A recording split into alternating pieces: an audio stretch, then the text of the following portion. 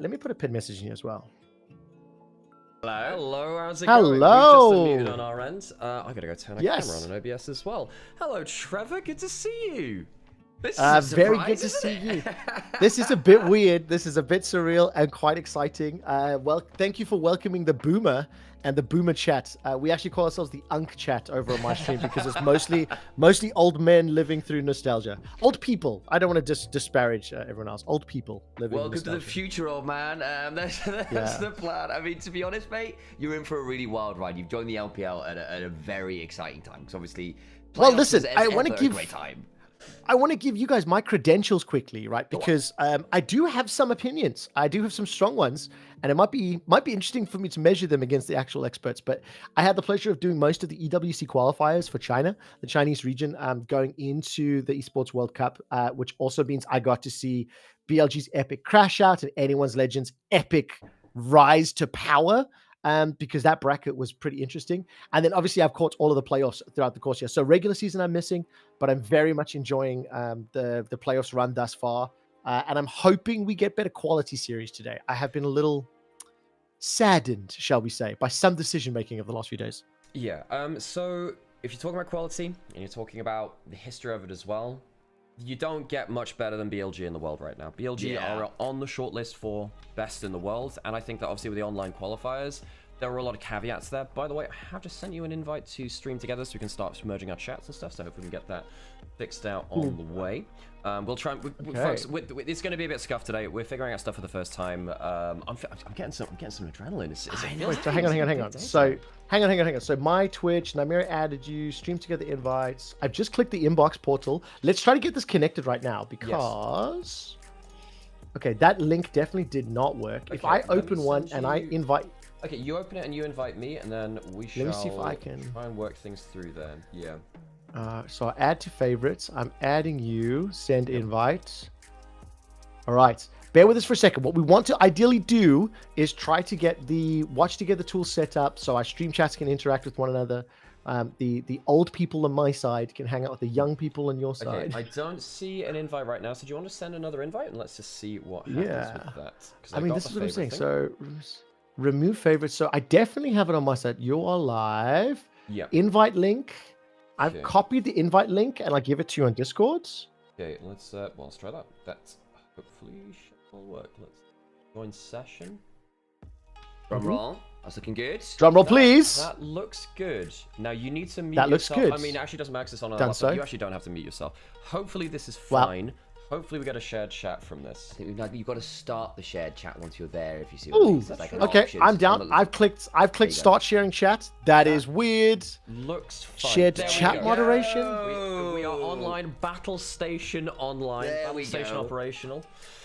Let's go. Find this stream will be fully Let's operational go. by the time your casting friends arrive.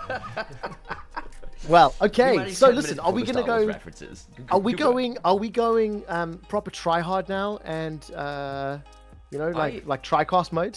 I think we do. We've just got players on stream for the interviews. Normally I let them play, but you know what? I think it's just better for us to just start getting into it now. Let me change. Let me just make sure this audio is fine. That should be okay. Okay, let's get it locked in. So, folks, all right, let's get to it. Welcome everyone to a very special day of League of Legends here. Not just because it is BLG versus Anyone's Legend, two LPL champions within the last year, with a bunch of history between them over the last 2 years. We're also joined with a bit of history in the broadcast side of it too. And I mean that both in the physical and the legendary sense as well. We're joined by Trevor Quickshot Henry to hopefully bring you a unique experience of LPL. We've been hanging out as friends for a long time. We barely get to cast with each other though. Trevor, welcome to LPL. We hope it's a wonderful series for you today.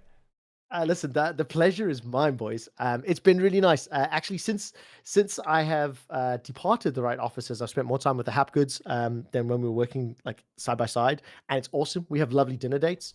It is a ADHD filled table.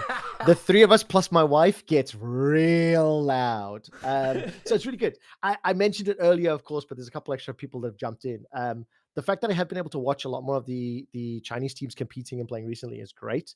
I will be honest, I was hoping for Team WE and BLG to be the two teams that made it to MSI because I wanted the Monkey storyline. I want to see Bin lose to Broken Blade. I want that to happen in reality. I'm aware. Listen, I know what I'm asking for. I know how delusional it is. So I am coming into this with high expectations, high hopes for BLG, but Anyone's Legend did top the EWC qualifiers. I thought AL have looked pretty good in the lower bracket games, but I want to see a competitive series. I think we've had a couple of like one-sided matches over the last few days.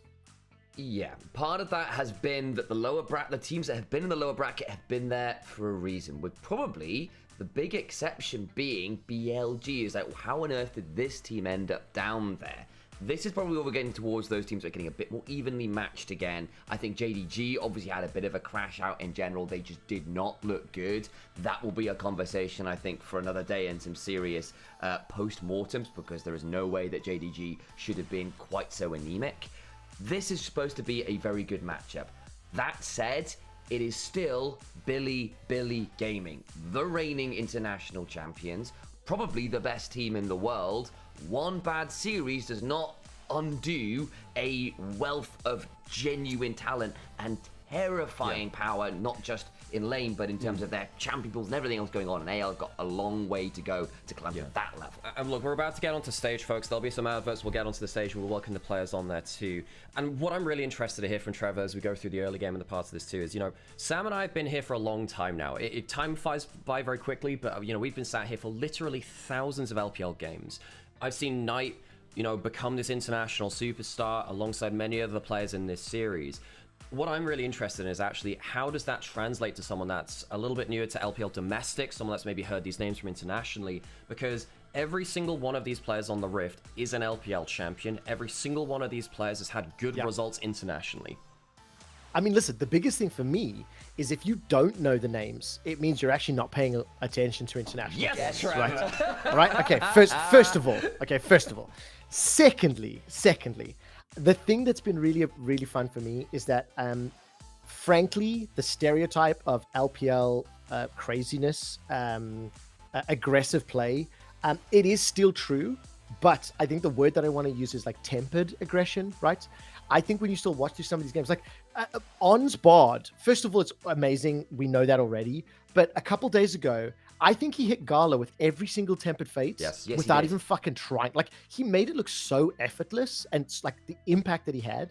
So I look at this roster and I'm like, okay, Kale, what are you going to do? How are you and Tarzan going to work together to try to shut down Shun, who also has looked amazing throughout the lower brackets? So the big thing for me is just like, the way that these players individually play does not change domestically and internationally. They just kick the shit out of each other. The difference for me is it's really nice seeing Ben going up against people who can kind of handle him somewhat. It's really nice seeing Shun needing to run through Junja. It's really nice seeing Tarzan like working, because, you know, sometimes when you see Tarzan against let's say other regions junglers, the disparity seems a little bigger, right? And I think particularly now you're in the LPL, the thing about that is that Tarzan is perhaps the best jungler in the world on his day. The LPL is a region of junglers. When you're talking about the LPL aggression, I think a lot of that stems right now from the fact that they are so aware when a jungler gets ahead, it doesn't matter how good the opposing number is, whether it's Tarzan, whether it's Shun, whether it's Junja, no one is safe from LPL aggression in China right now. It is utterly insane. I think we're about to get ourselves onto the stage very shortly, so let's get ourselves locked in and ready for the players to come out. These aura farming moments, Trev, are really, really special. The teams have all prepped them. Sometimes it's come back to bite them in the bum. BLG in their upper bracket showdown with WE had Knight sat on a Bonjwa throne before they got taken out by WE. Sometimes by the way, arrogance bite you, and it's wonderful. Yeah, but also not only that, and sometimes you forget to high five your fans, you know? Sometimes you make very expensive mistakes. Find them. and we won't get too much into that, but again, guys, that is an obligation. You don't want to do that, then maybe check what's in your contract. Look, I explained this on my stream as well. Like, the people who pay for those tickets, that go to the stadiums, that attend these live events, there is an expectation that if you've got that front row seat, you have the ability to do so. I was unaware of that information when I read the news about the fine. So, frankly, I'm on the side of yes. I understand. I think the fine seems excessive, personally.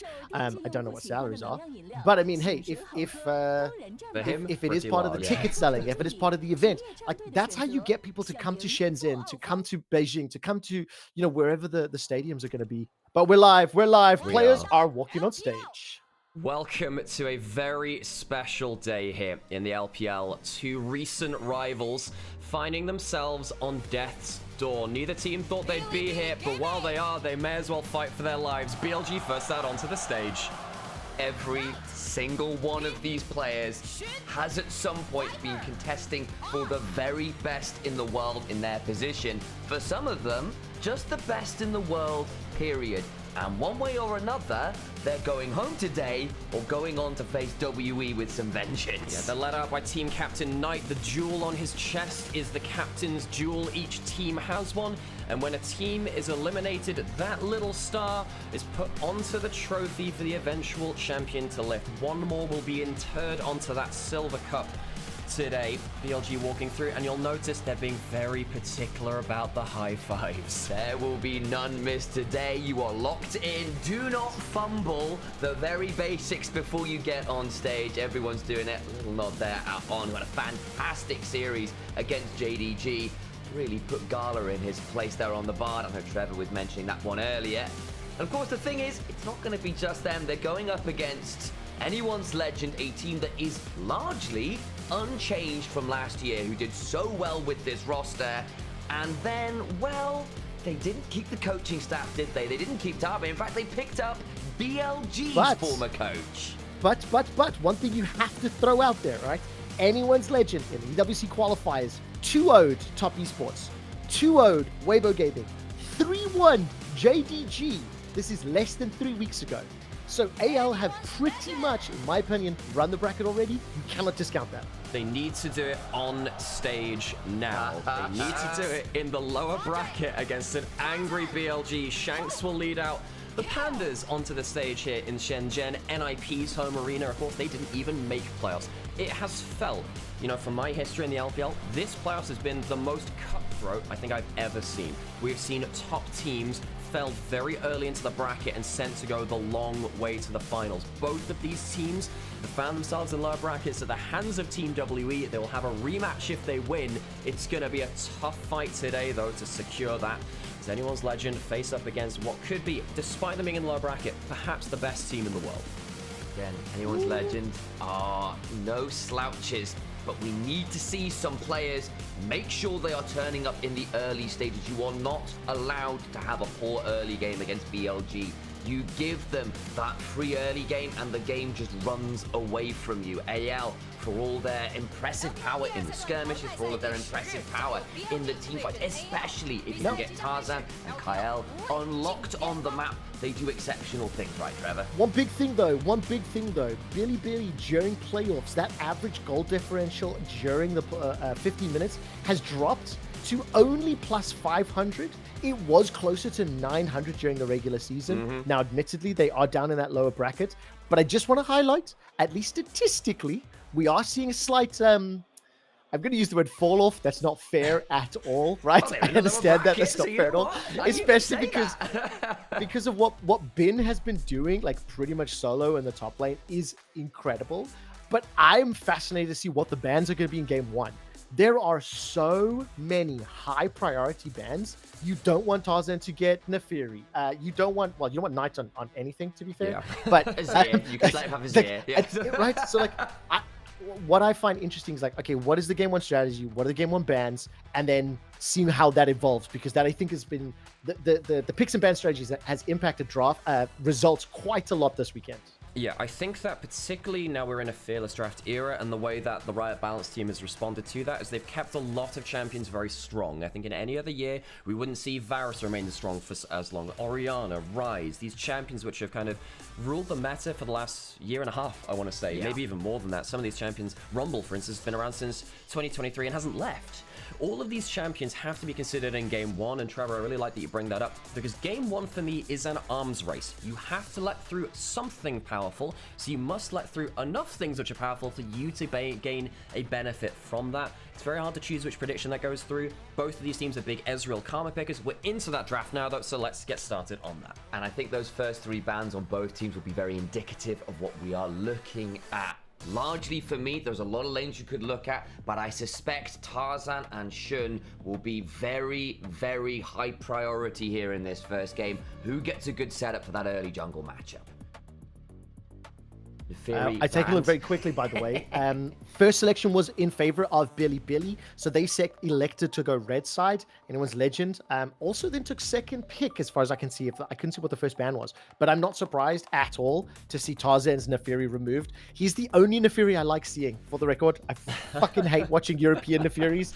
They're terrible, but Tarzan's the only one I love. Yeah, and I think, look, LPL is the region of junglers, and that's why we see stuff like the Jarvan and the Neferi banned away. Nocturne is available and is the most powerful jungler within the LPL, specifically at fighting for early camps. Karma is also up and available, as is Rise. This is what we're talking about, the arms race. Who is getting the priority pick here from BLG? Will it be Shun with the Nocturne, or someone in bot lane, like on with... It's going to be no one. No one. It's going to be no one. No one. Okay, we've got to drop back. There we go. Just build the tension. Just build the tension. That's what we're going to keep doing. By the way, do you guys do predictions on who you think is going to come out? Because you've been hyping up BLG the whole time. Like, as far as I can hear, you don't even have that much hope in anyone's legend. The way that anyone's legend lost to WE felt it felt a lot more of a large problem there, and also we have the regular season to go off of here too. Anyone's legend are going to have a huge task. Can they win? Yes, they can do, but it requires BLG to have a bad day and anyone's legend to have an exceptionally good one. I think anyone's legend have a weaker bot lane and top lane and mid lane in terms of laning phase dominance. Having losing lanes versus BLG is a surefire way to get your head kicked in the early game. So what I need to see from anyone's legend for me to have a prediction for them, which as I'm saying, I do not here, it's pretty obvious in the way that I'm talking about them, they need to have very good drafts. They need to have very good level 1 plans, and they need to make sure that BLG doesn't comfortably sit in lane and just outmuscle them. With that in mind, it's worth noting a couple things there. AL do have a lot of creativity in their players. Flandre has always been something of a dark magician in that top lane, pulling out the weird and wonderful. Do you trust in the heart of the cards? Well, he might do. I don't know whether he's got the 3 blue-white dragon kill combo, because on the other side, that's basically what BLG run. They are the Kyber, right? But, you know, Flandre has been pulling out things like the Rek'Sai and the Varus and the Vayne and the TF and all these things that are kind of more in that slightly more unusual off-meta era of top lane picks. He's very much in a good position there, even if his standard laning phase isn't so great. That creativity is powerful. The other thing that's my problem. Is a very strong jungle support role, right? If Tarzan and Kyle are unlocked, it feels good. Yeah, but they're going to be, because I think when you look at how these lanes are going to play out, I'm just concerned. How do you stand toe-to-toe with Bin? He plays aggressive, in your face, has got command of, it feels like, every matchup, and then Knight does the same. Knight is maybe the best trading laner like in the world, you know, like he contests everything. So I think that's going to be, the only thing is then I do think that's where Tarzan can look for those opportunities, right? Depending on the champion he gets, I think if Bin and Knight are playing hyper, if they are playing forward, there should be some openings for Tarzan to take advantage of. Now, that has been something which teams have tried against BLG. The problem is if you swing at those lanes and you miss, then you've doubled down on your loss.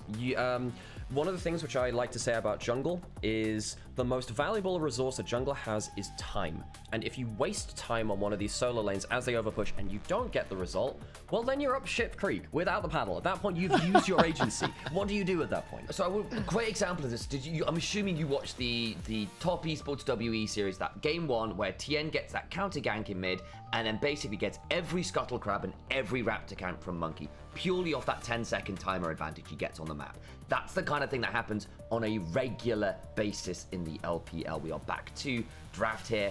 The double jungle bans from BLG. The Jarvan is very, very potent, very, very flexible in terms of early passing alongside Neferi. This is the same as what we saw. There wasn't a mistaken ban here, I don't believe. So we will have Karma, Nocturne, Rise, all available. Those are the picks which are on my mind right now. And Ash Seraphine, I didn't think this was first pick worthy, to be honest, but they do lock that in.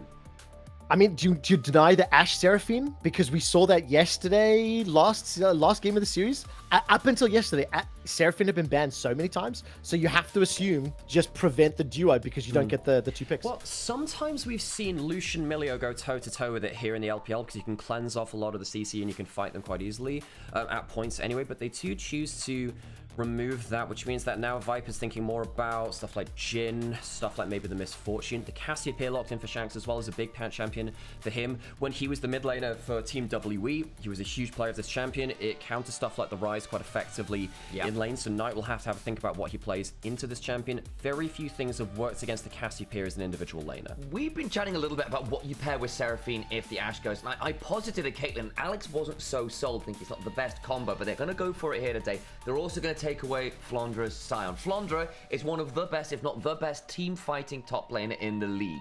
He is not the strongest laner, but his Scion is always a threat. Bin's also been spamming the Scion. I think that's a pretty solid pickup for BLG.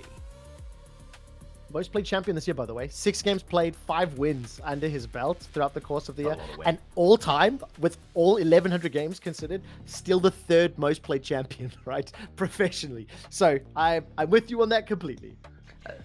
So the Shen comes in now too. So we have a tank versus tank matchup. This is good for anyone's Legend. They don't want a volatile top lane matchup, and also Flandra Shen it takes on from the Broken Blade build. I think Broken Blade has infected the rest of the world. This is the zombie Shen build, where you go for the Titanic Hydra into the Dusk and Dawn. You apply on-hit effects twice, which means you get a double Titanic Hydra proc on someone, and they get exploded. I'm also going to put this out there.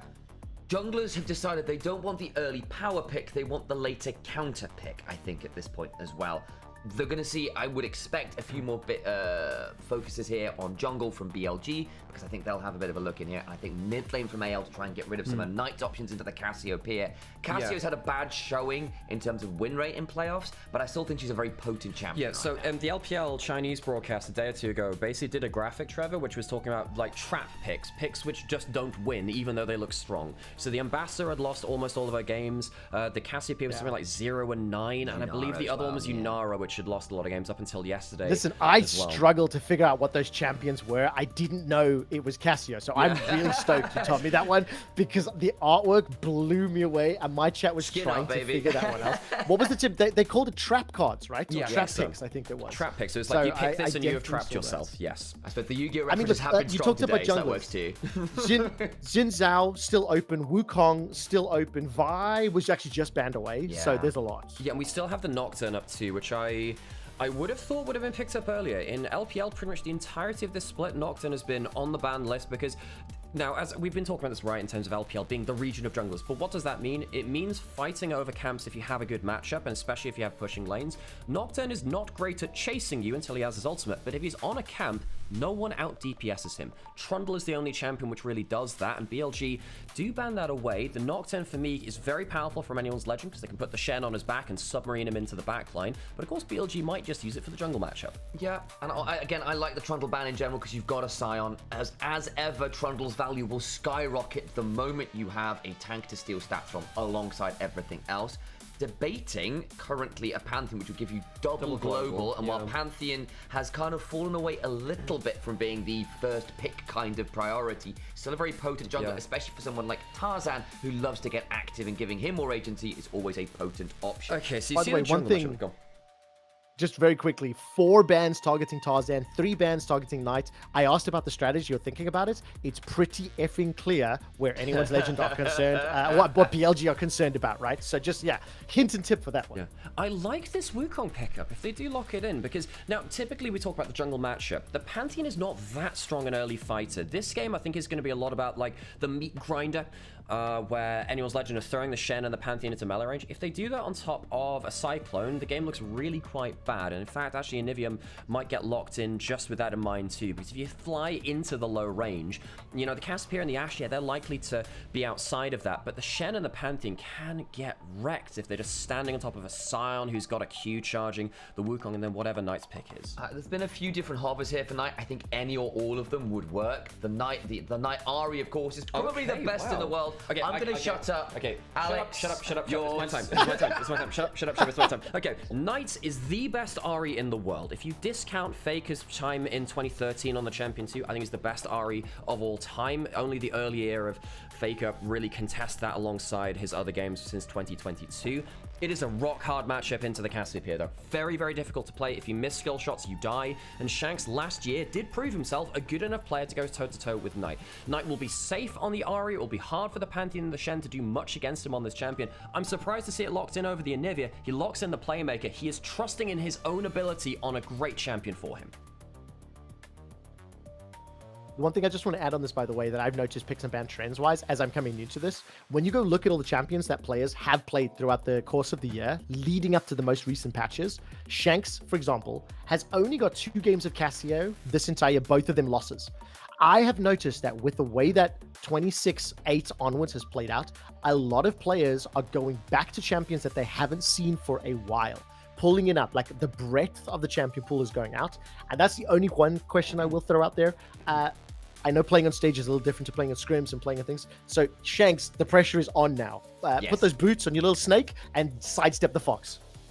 Effectively, yes. Part of that is it's playoffs. Best of 5s. People have been prepping for this for a long, long time. And the other thing is, champions like Cassiopeia have been given some massive changes in the patch notes, specifically because Death Fire Touch has become a rune option. And Cassio is probably the mid laner that abuses that rune the hardest. It is ridiculous. Okay, so we go into game 1 now. We'll listen to the Gyos quick shot. We tend to keep quiet for the crowd to do their thing, so we'll have that in just a second. Thank you, everyone, for supporting us today. If you are listening to us, wherever you are listening to us on, think about following everyone in the call right now. It does help us keep doing what we're doing and keep covering the LPL, which is such a wonderful region. We love covering it here. We love hearing these storylines and seeing the gameplay come about. Very excited to see, you know, what Knight's Ahri can do. I think it's a difficult game into the lane. If Shanks can bully him out, perhaps Knight will get shut down in a way he so rarely is. Because we saw that already in the draft, right? Both teams banning each other's key player out as much as they can, trying to make sure that the star player for each side is not going to have a comfortable time. New guys as well, just because you can. I hear there's this thing called a Prime subscription. Trevor, have you ever heard of a Twitch Prime? Because I don't think I've ever seen one. I'm very much a visual learner, and you know that might be. I have. Yeah, whose money is it? It's Jeff Bezos' money. It's not even your money. Just spend his money. He doesn't need any more of that, does it? Exactly. Oh god, good to have you, man. Good to have you. Looks like there's a little bit of a delay getting into the game itself. Typically would have done the little camera zoom in now as we go on to the Rift. So yeah, I'm looking really forward to this game in terms of these quick skirmishes. We're gonna have a Shen and a Pantheon trying to split up the map. Both of these teams play very aggressive, reactive style of League of Legends to you. If you show an opening on the map, they pounce very quickly. Both of these teams were coached by Tabe in the past, not here. Anyone's Legend now coached by Bigway. He used to coach BLG as well. There's a lot of shared lineage in style and philosophy of gameplay. I love watching teams who think about the game the same way. My YouTube was asking me, why in LPL do we keep seeing Shen picked into Scion? Is this to counter the BB build? Like, what's your take on this? So, Shen is actually one of the better tanks into Scion for a couple different reasons, but basically because Titanic Hydra is actually really, really annoying for Scion. Once you get that on the Dusk and Dawn, you're actually able to out-trade him quite hard. You also match his global quite well, and of course, when you've got the Pantheon, that extra global makes a massive difference. But it's the build specifically is actually surprisingly obnoxious for Scion to deal with. No, so particularly for Shen, for Flandre, for me, the goal for Flandre in any game is have the least volatile matchup you can, and it's tank versus tank. He's good at Shen. It's not a matchup where he's going to get solo killed. You better hope so anyway. I mean, Bin does that, then you have a problem. And then just Shen becomes a more useful champion in the global ways. If it's a straight 5v5, of course the Scion is the best in slot for tanks in many cases. But yeah, the reason we see a lot of Shen as the Scion is because even if the matchup doesn't go anywhere, you're happy with it. And of course, when Flandre does go to the volatility, it's with like weird stuff. Like here's my Rek'Sai that I've got and you've just not played enough against. Here's the TF that I've been playing for years and you've only just recently picked up.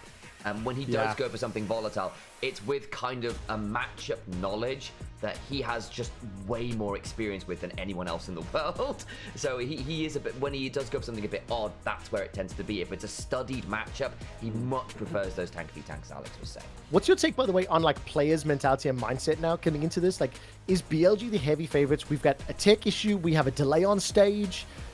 Does this play into anybody's heads? Like, who will be more impacted by this? In terms of pauses, I don't think either team's going to care that much. Actually, the last time that these two teams faced off, they did it at a road show at a like an electronics festival. I can't remember where that was. It was the last weekend of the regular split, and there were some tech issues on stage because you know how road shows are. When you go to a new location, new venue, things get a little bit messy. So there were a couple of delays there, and then BLG just ripped their heads off. They just ripped AL's heads off. It wasn't close. In fact, in the last time that these two teams faced off, it was the first time. Actually, this is a really important point to talk about in this draft too. So this is a great little bit of There you go, nice, Alex. Sometimes my brain, when I lose track, keep your ego down. That's my subliminal, my subconscious will drag. So, let me get to the point. Get to the point. Okay, so last point of the regular split, we saw BLG versus AL. It was the last game of regular season. BLG do not play towards Viper very often. He plays 1v1. He is the person who just stays safe and allows On to roam. That didn't happen versus AL the last time they played, and I don't think it's happening in this draft either. We talked about it not being a volatile top lane matchup because it's Shen versus Sion. Now, last regular season matchup, Viper was insane. He was the best player. He was the player of the match versus anyone's legend at that roadshow, playing things like the Jhin and the Lucian. He did an insane amount of damage. And now with the Caitlyn, with the Sion top lane, I feel like he's in a great position again for BLG to play towards him. Typically, BLG have had some rocky moments when they play towards bot lane instead of being in that top lane, but it looks like they're set up to do that here again. Trev, with that in mind, I'd like to bring up an interview and I'm not sure it was an interview. It was a clip from behind the scenes of Danny speaking to BLG. Of course, Danny is the coach of BLG, and he was basically saying, look, guys, if our jungle and support are not on the same page, doing things together, we look bad and we know this. And also, guys, we can't all be heroes, especially if our jungle and support aren't fly. And then he basically said, look, guys, this isn't on draft. You know it's not on draft. Don't try and take that tone and expectation, basically. Don't you deflect from me, boy. Basically, because actually, you can't all be heroes all the time, especially when we don't have that jungle support coverage.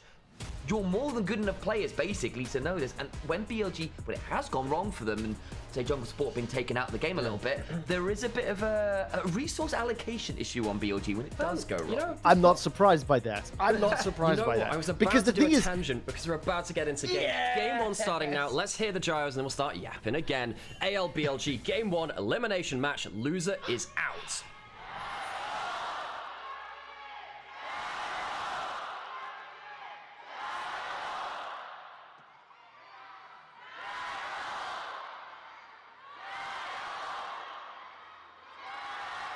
Well, as expected, the crowd is pretty on fire today, Trev. They are here in numbers because, of course, this one matters. You lose, you're done. Yeah, but you listen, win. You're still not quite done. you could clearly hear BLG got the louder cheers there, my friends. I think they are pulling more fans today in the stadium.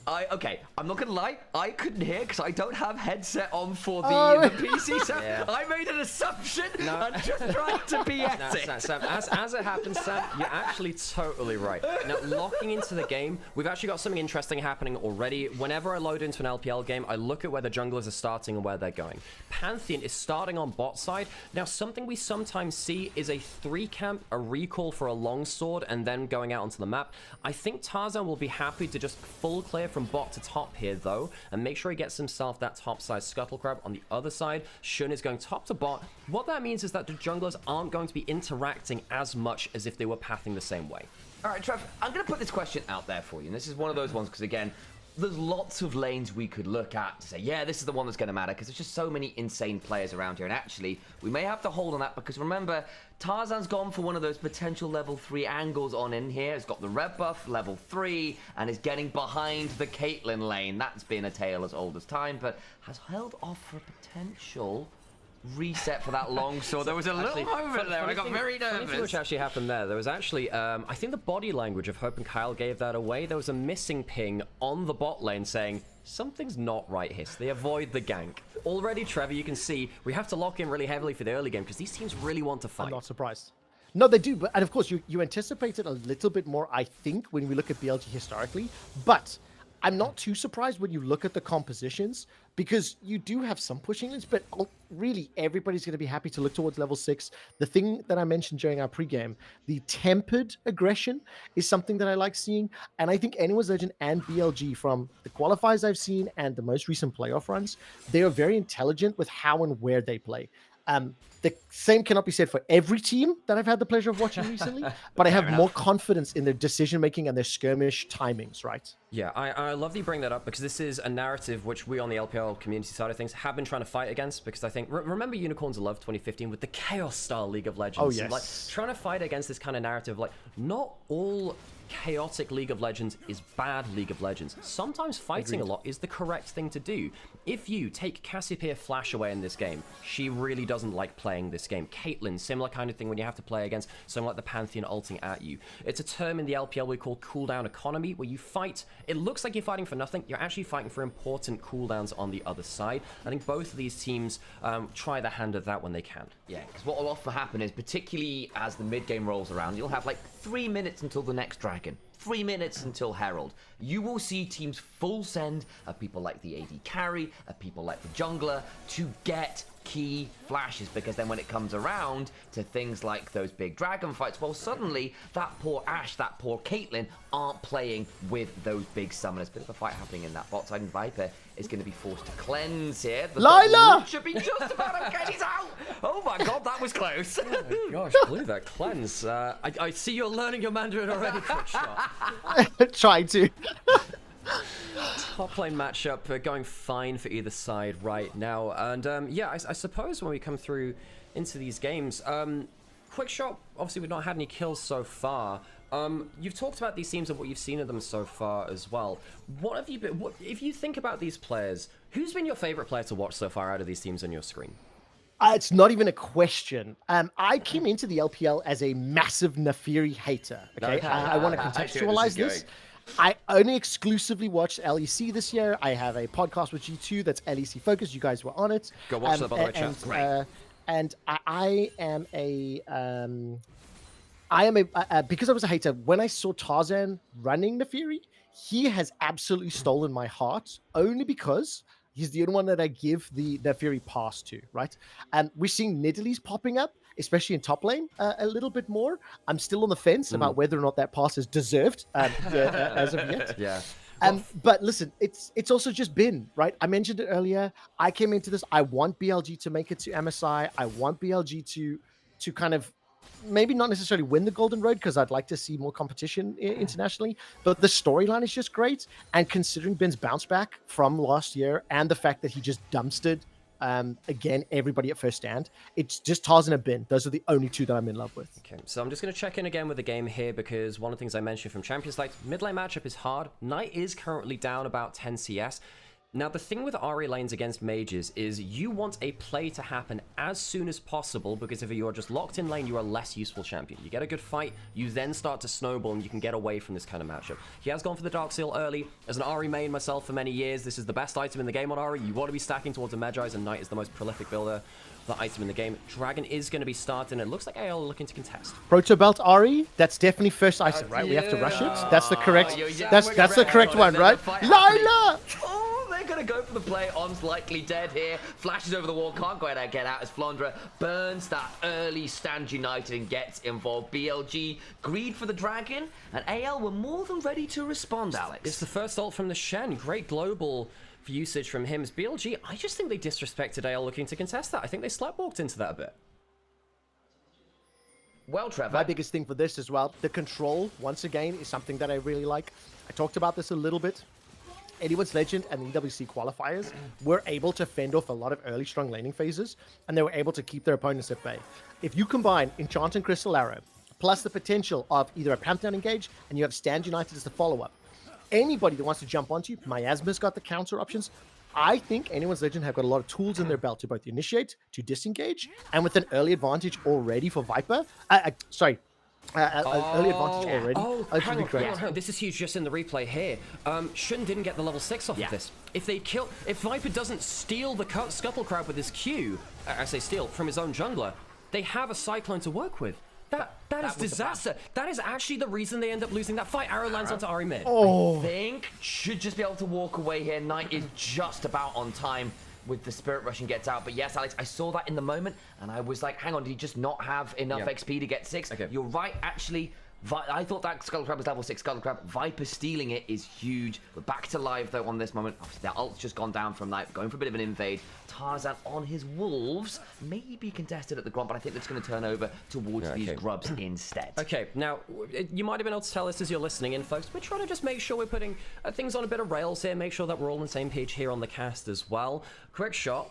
You feeling like you're up for a bit of play-by-play after this? We've been seeing a Let's bit give of it the a fights. try. Okay, Let's cool. give it a try, right? Me and Sam can bounce back and forth a little bit, but I'll take the next skirmish. I mean, considering it's been really like controlled thus far, somebody in chat was mentioning like that Spirit Rush from Knight. I actually think that was to get away from the Crystal Arrow. The timing was amazing.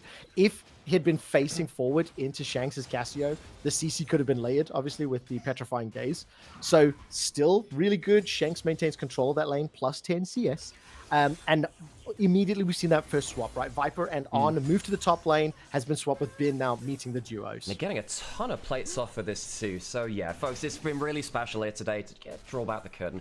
Bringing Quickshot back out for like a bit more of a reunion for us as casters rather than just friends as well. Shun on the top side, maybe looking for a dive here. See if they have the guts to pull it off. They've got 3 members. It'd be a little bold. Of course, the thing is, Flandra's shield doesn't necessarily work against all the CC. Here we go, Trevor. All yours. Oh, waiting for Shun to engage.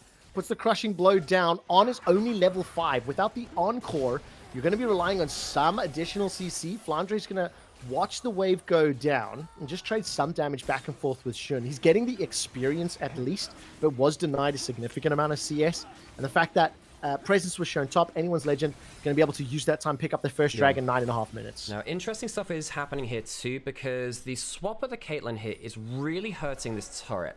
And the Scion is so good at wave clearing on the other side. AL are not going to be able to answer the turret. So BLG, who were actually eating a small gold deficit, have got themselves a gold lead because Bin has been farming better than Flandre. They've not been able to force Bin off of the farm. Anyone's Legend want to start playing around globals. It's much harder to do that. Hang on, the arrow's just flying mid here. Here we go again. Is he going to Let's land find onto out. Knight? Targets will just go wide. Sam, are you disappointed in that one? But I do like the observers. I'm a little bit. I expected that one there. I'm not. I was expecting with the observer follow, as they have a lot of fun with thinking that's quite close to a couple people at night. You could have said that was a hopeful attempt. Very good, very good, very good. You know, a couple of years ago, I ran through all of my A New Hope references, and I feel like we can finally bring them back out again. All right. Just I think so too. Just I haven't heard them. bullseyeing I haven't heard them. Dwarf with a Teach me. T16, you know. Well, not this time because he didn't hit it this time around. The Womp got away. He needed to turn off his targeting computer. Of course. Yeah, We see the progression. That was good. That was really good.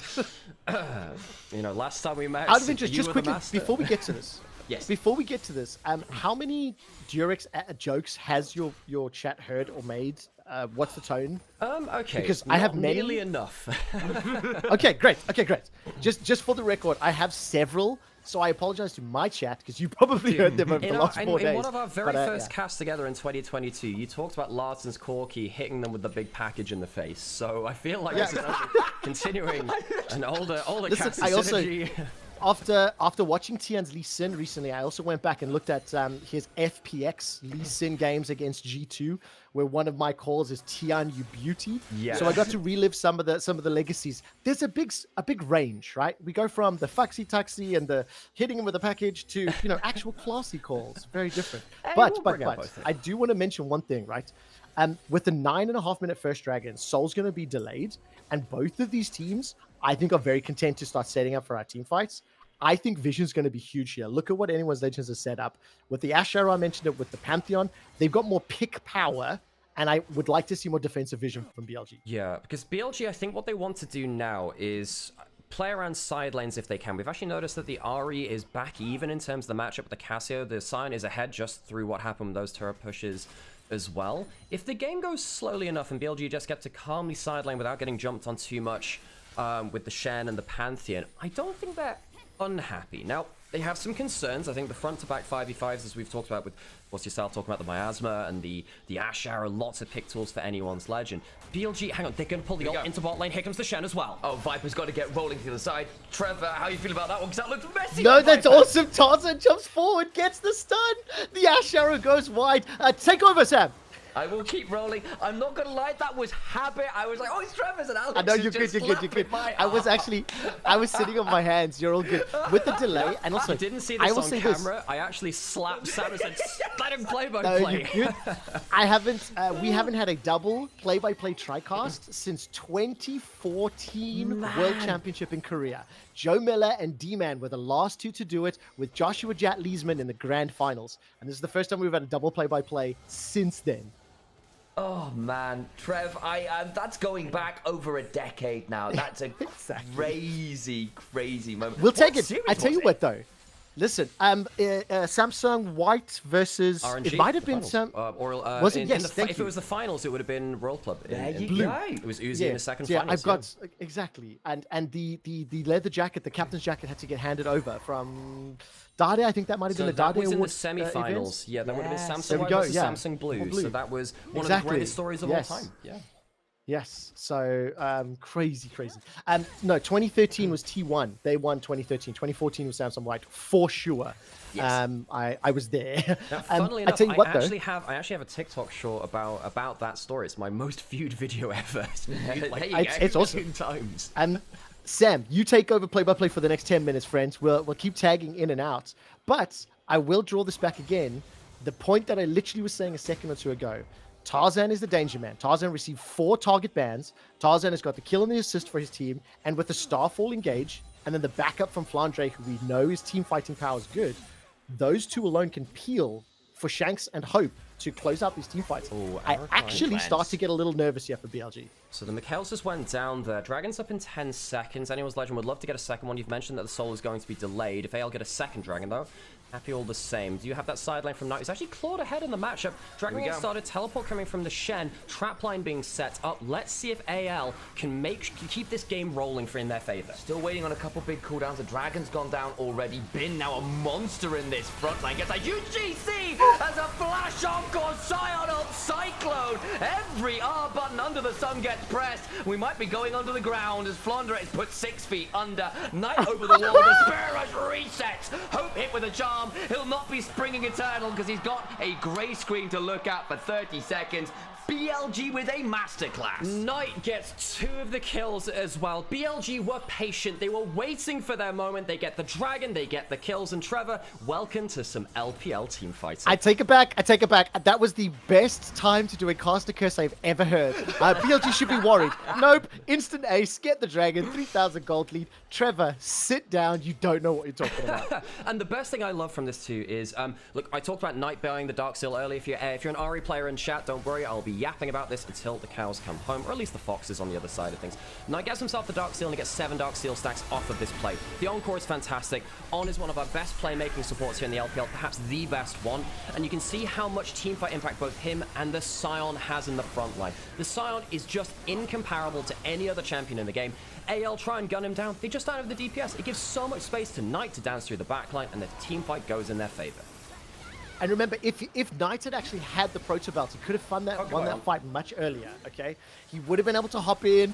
The Malignance is not the right option. I'm telling you, this is the right direction. Yeah, no, this is... Well, anyway, telling- the tower's thank gone you, down, Seb. there are some kills. Items are secondary, right? You could literally hear the hair on the back of his neck standing up, trying to attack me. They genuinely sat up straight and there was like a little neck crick. You know that fake neck crick he does when he gets really stressed and there's like a bad play that's happened? I just saw that happen IRL next to me. The thing is, I actually can see the item build. He is going Proto Belt second, and I close my eyes. I dream of Dark Seals instead. It'll be fine. I'll wake up and the dream will be over. I think there's 7 stacks. By the way, I think I see 7 stacks on the Dark Seal Correct. inventory once the replay comes down. By the way, also on the minimap, I will say the thing that I do like from Anyone's Legend, they do have the ability to pick, they do have the ability to jump up.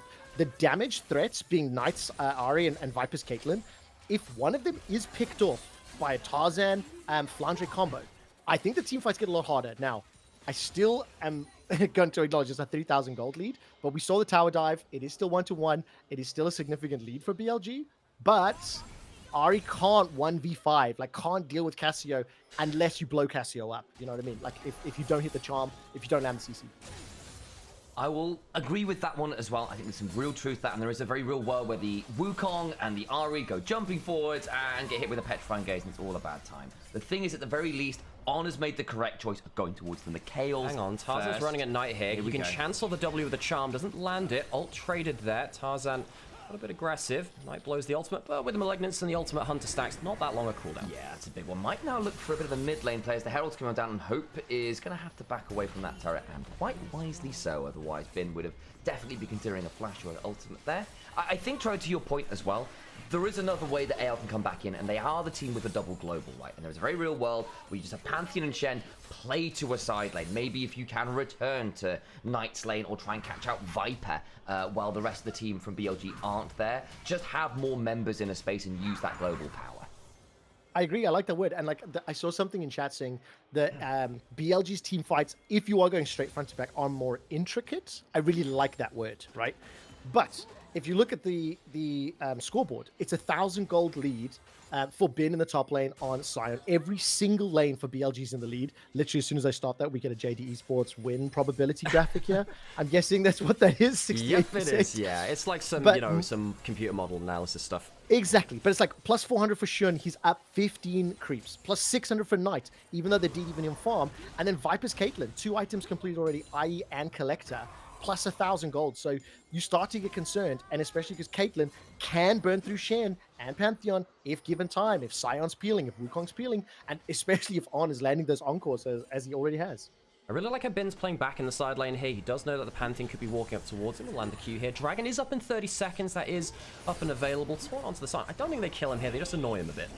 He's going to ult away just in case, just forgets to run out. But that probably does leave BLG with a good shove through mid lane and very nice setup around this Dragon. Look how many wards they've got. It's an absolute forest of red wards. There's 1 or 2 wards just by that tri-brush in bot lane. There's 1 of those blue wards in the pit. But otherwise, it's very dark around there for AL. And I don't think it would take very much from BLG to clear that out. They're going to continue with the siege onto the mid tier 2. And that looks pretty easy to come across. They got the 3 grubs and a Caitlyn. It's just going to go down. They stand there in the face of the Cassiopeia and take the tier 2 as Knight gets the tier 1 bot. The gold lead balloons another 1,000. 4,000 gold the lead. Anyone's Legend got to be very careful. They don't want to pull out too early because they can't concede vision and control around the Baron pit. And I think when we get to the Dragon fight, Sam, you take the Dragon fight. I want to play with Baron if you don't mind and have some fun with that one. Absolutely. Oh, I see how it is. We're horse trading on the objectives now. This is how we do trade yes. deals. Oh, Trevor's the guest. They get the pick of the litter. That's fine. Listen, I just want dibs. I just want dibs. Okay. Well, I so you see what's happened once here we get is to you Baron. just traded a Dragon when nothing happened. Yeah, I know. He's done very well the here. game will probably be decided. Listen, I set this up. I looked at where the vision was. By the way, I'll say this again as well. I thought that what we were seeing from JDG vision-wise was actually pretty good during the playoffs. I think they had such great control of the river. This game, AL had, I think, very good river control in the bottom quadrant of the map before that massive team fight, and now they've extended that to the top quadrant, playing around the Baron. So I'm intrigued to see how this vision game will play out. And Tarzan's going to find the first little engage. Shun's going to decoy away to safety. The taunt flash will be evaded as Shun gets to safety. Shanks has come in with that petrifying gaze. Vince steps forward. Not going to be able to delay or set up any further fights. The damage onto Viper was too great. Cleanse was used. Flash is available. Anyone's Legend, they looked for the pick, but they did not find it. Yeah, they're going to get the Scuttlecraft. They're actually going to start the Baron because Shun is very low HP here. The Wukong being low HP might just make them give that thought. They can take the big objective away from them. Eyes on Hope. Sam, They're going to go Alex, for it. This they big goal. need protection. Anyone's Legend has to remember the protection. Tarzan went hang on. top lane. Tarzan went top lane. What? Listen, we've seen this already. The Shen ultimate onto Pantheon and arriving at the wrong time. Shen, you can't blow your load so early like that. You need to be able to land those engages. Well, Trevor, the best way to be protected is just to avoid the fight completely. I mean, we're League of Legends players. We know this very well, of course. Okay, I will bring the PG rating down a little bit. That was a bit overpolite even for me. But regardless, I think that's pressure. I hope we get a replay of that because the observers have been amazing at highlighting when the mistakes happened. That felt like that was a massive mistake. I mean, looking at the pings, there was a lot of like danger pings. I think the team was like, "What are you doing, mate?" So I think they felt very similarly there. That wasn't great. We did just watch. You know, we're talking about this high-level gameplay and the two historic teams. Tarzan just ulted backwards on a pat. He just ulted backwards on a pansy. There's no way to sugarcoat that. He just ulted the wrong way. Also, I'm going to put a word out there for the double play-by-plays in this call right now. Which is yourself. Yeah, exactly. So we've both now had... I had a dragon fight, and Trev had a baron fight, where very little happened in the grand scheme of things. No one has died, and I want to put in a formal complaint, Trev. What is going on here?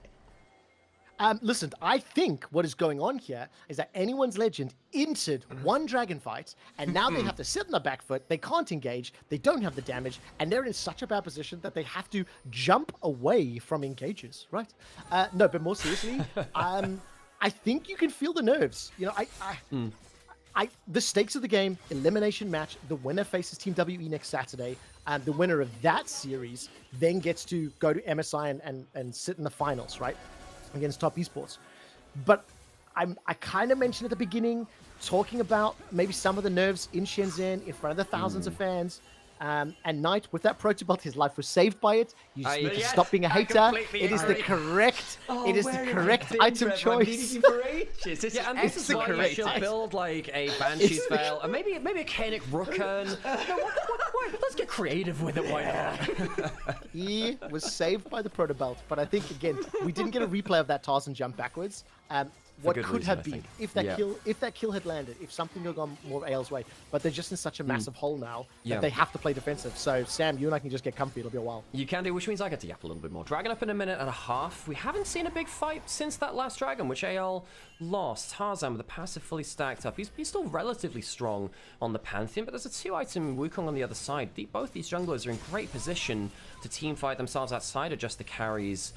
To BLG doing a really good job, or at least did a really good job of fighting front to back the last time. The value of the Seraphine in these late game fights is so annoying because you can actually ping the Cassio and the Ashe in the back line at points.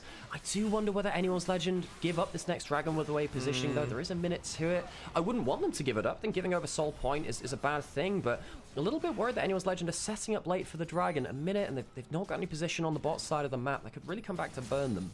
If they were going to set up, it would be around about now. You can see Ons throwing down a ward in the back of the Baron pit just in case.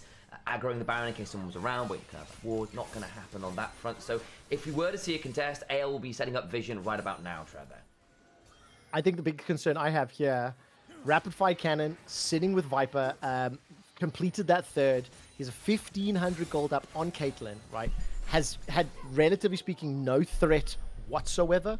BLG moved him out of lane first, had been shuffling him around to pick up the additional tower, the additional 2 towers over anyone's legend. Dragon's up in 5 seconds, but this is only the third. This is a soul point. So Dragon Soul's going to be still in several minutes away because we started it a little later. And you can notice on the minimap, Bin could line up, could transform and charge here into the top lane. You two play-by-plays have now got to start making a decision because I'm seeing some very tense vision skirmishes here. It's on you, Sam. You take this one. It's all you, buddy. I was just about to give you the stick. This is, I can't believe it. No. Let's just bounce back and forth. Let's just bounce back and forth. You take this one, I'll take the next one. Hell yeah, that works just fine for me. And as it stands, that little bit of tension resolves very, very kind of to limited avail right now. Tarzan still standing this bush, bit of a fanatic play on the other side of the world. We'll see whether Shun falls for it again. Nearly cost his life the last time he went to look into that bush, but BLG don't fall for the bait, and it all kind of fizzles out for now. Yeah, I wonder whether the tension is lowering the action a little bit in game 1. BLG have sometimes been a bit of a slower game 1 team. Now Baron is being started. Caitlyn's on the bot side of the map. The Sion can ult to join them. The Ari's within range. Of course, Shen has the global. It's got a bit of a tug of war here. BLG making sure that they're not committing too hard to the dragon. Baron is peeled off. Free dragon for BLG. AL do not contest. We did wonder about that. They'll give over the soul point. I'm proud of BLG AL. got it later. I'm proud of AL, frankly.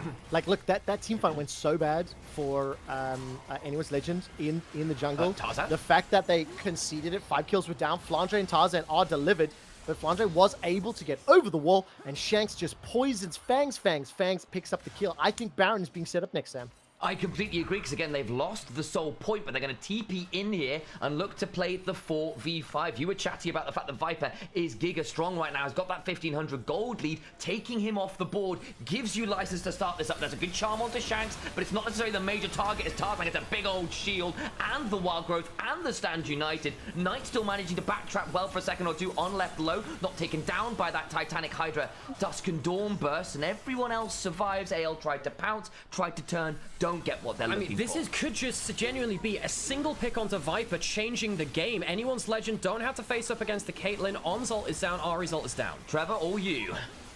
The Baron is the target. Shun is making his way from behind. Cyclone and Flash available. 6,000 hit points. Cyclone proc 1 used. Decoy outside. The team is split. Anyone's Legend focusing down Shun, and Shanks gets the kill. Twin Fang securing the second for him in as many minutes. But now Bin goes Giga. Manages to pick up the kill onto Tarzan, but he hasn't got the damage dealers. It is all hope and Shanks all day. The Baron has been stopped. Anyone's Legend are closing that goal gap. But Viper threaded the needle onto Tarzan. Where was the body block? To Anyone's Legend lose a kill for no good reason. Now, BLG do stop the worst case scenario, which is the Baron going over and the gold really starting to go back in favor of Anyone's Legend instead. It was a pick onto Viper who was out of position on the bot side of the map. The globals were used well by Anyone's Legend.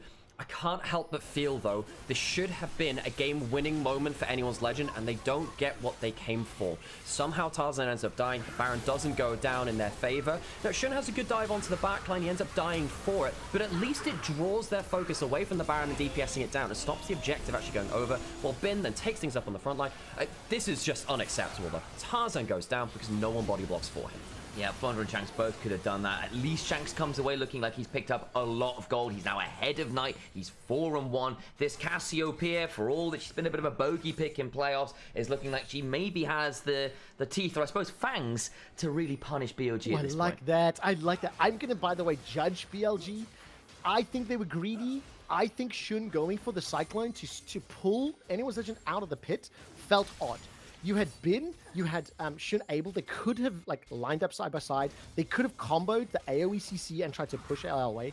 Yes, it was a 4v5, don't get me wrong, but I don't like that play from Shun. It kind of almost donated the kill in some ways. Hang on, Anthony's coming in with the Shen. Here we go. And there's the encore down. It's well timed. And this time, the petrifying gaze. Shanks from the flank. The snake waits in ambush. Bin on the other side needs to start running away. Sun cycloning to disengage for a second or two. Bin not looking all that healthy as the Twin Fangs keep firing. On with Flounder on top of them as gets eaten alive. Does fall down. The Blasco not enough to save Knight running away. And AL are out team fighting BLG. They're playing the map better. That Cassio came out of nowhere, and Anyone's Legend this time they're gonna get the Baron. I called it. I called it. I called it. I like Anyone's Legend's composition. I think BLG need to be too cautious in protecting their damage dealers.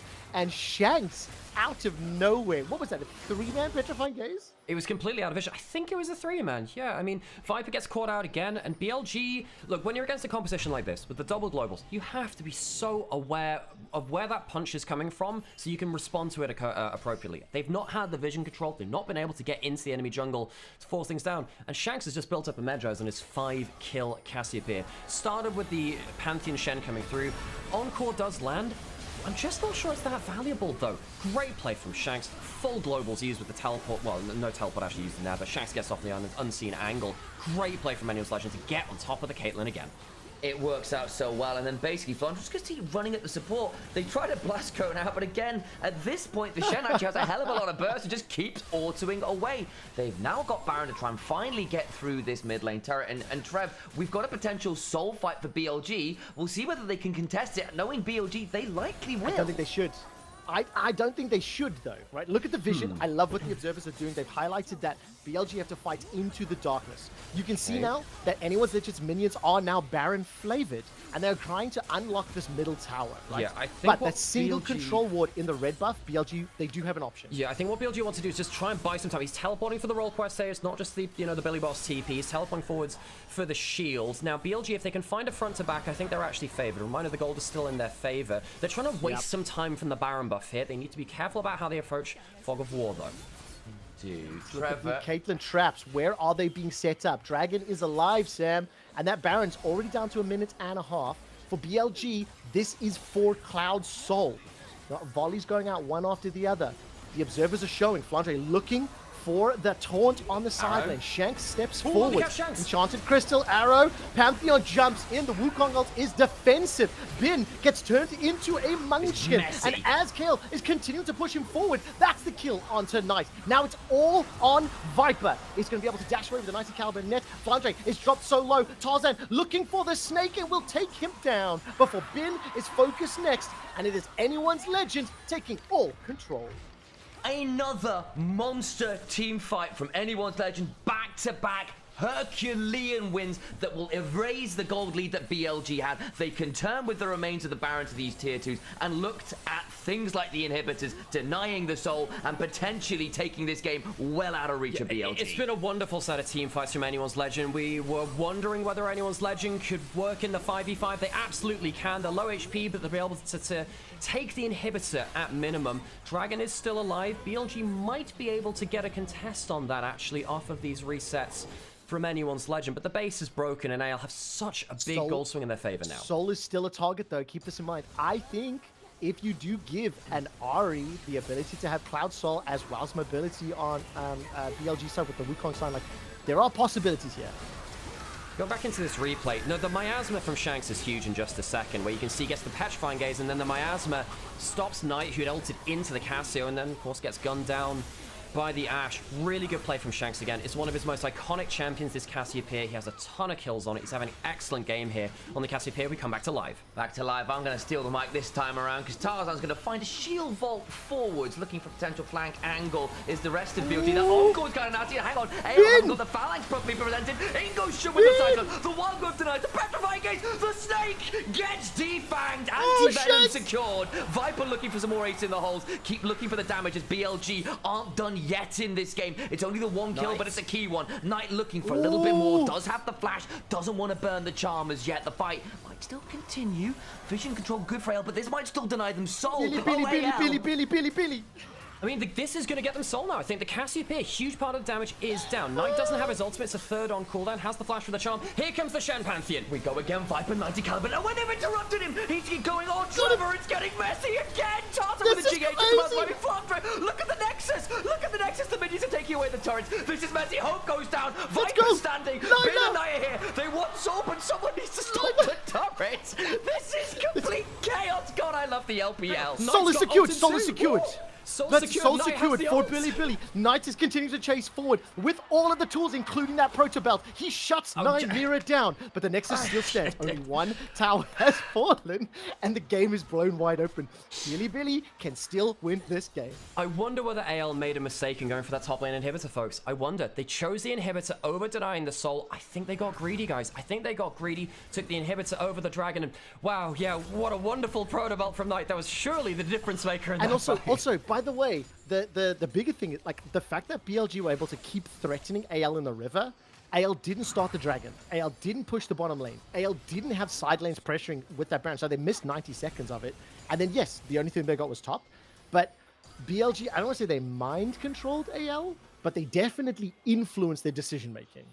Yep, I think AL got greedy. They wanted to get everything. They wanted to take that fight where they were feeling so good, having just done the same at Baron, done the same at Dragon, turn up, get the inhibitor, turn back to Dragon and play it out all again, it'll be just fine. It doesn't work out. They lose Shanks, they lose the soul as a result, and what was looking like a great game state from AL has suddenly come right back more towards even again. Okay, so Baron is respawning in 20 seconds. We have just so many items everywhere. Viper, the LDR, is doing a ton of damage. He actually had damage Hope in that last fight as well, fighting over the Scuttle Crab for Vision, although been punted away with the Roar the Slayer, which is actually quite unhelpful for his team, might I add there, because they can't secure that. Vision control for AL around the Baron. This is going to be very scary for BLG because they really don't want to concede the Baron.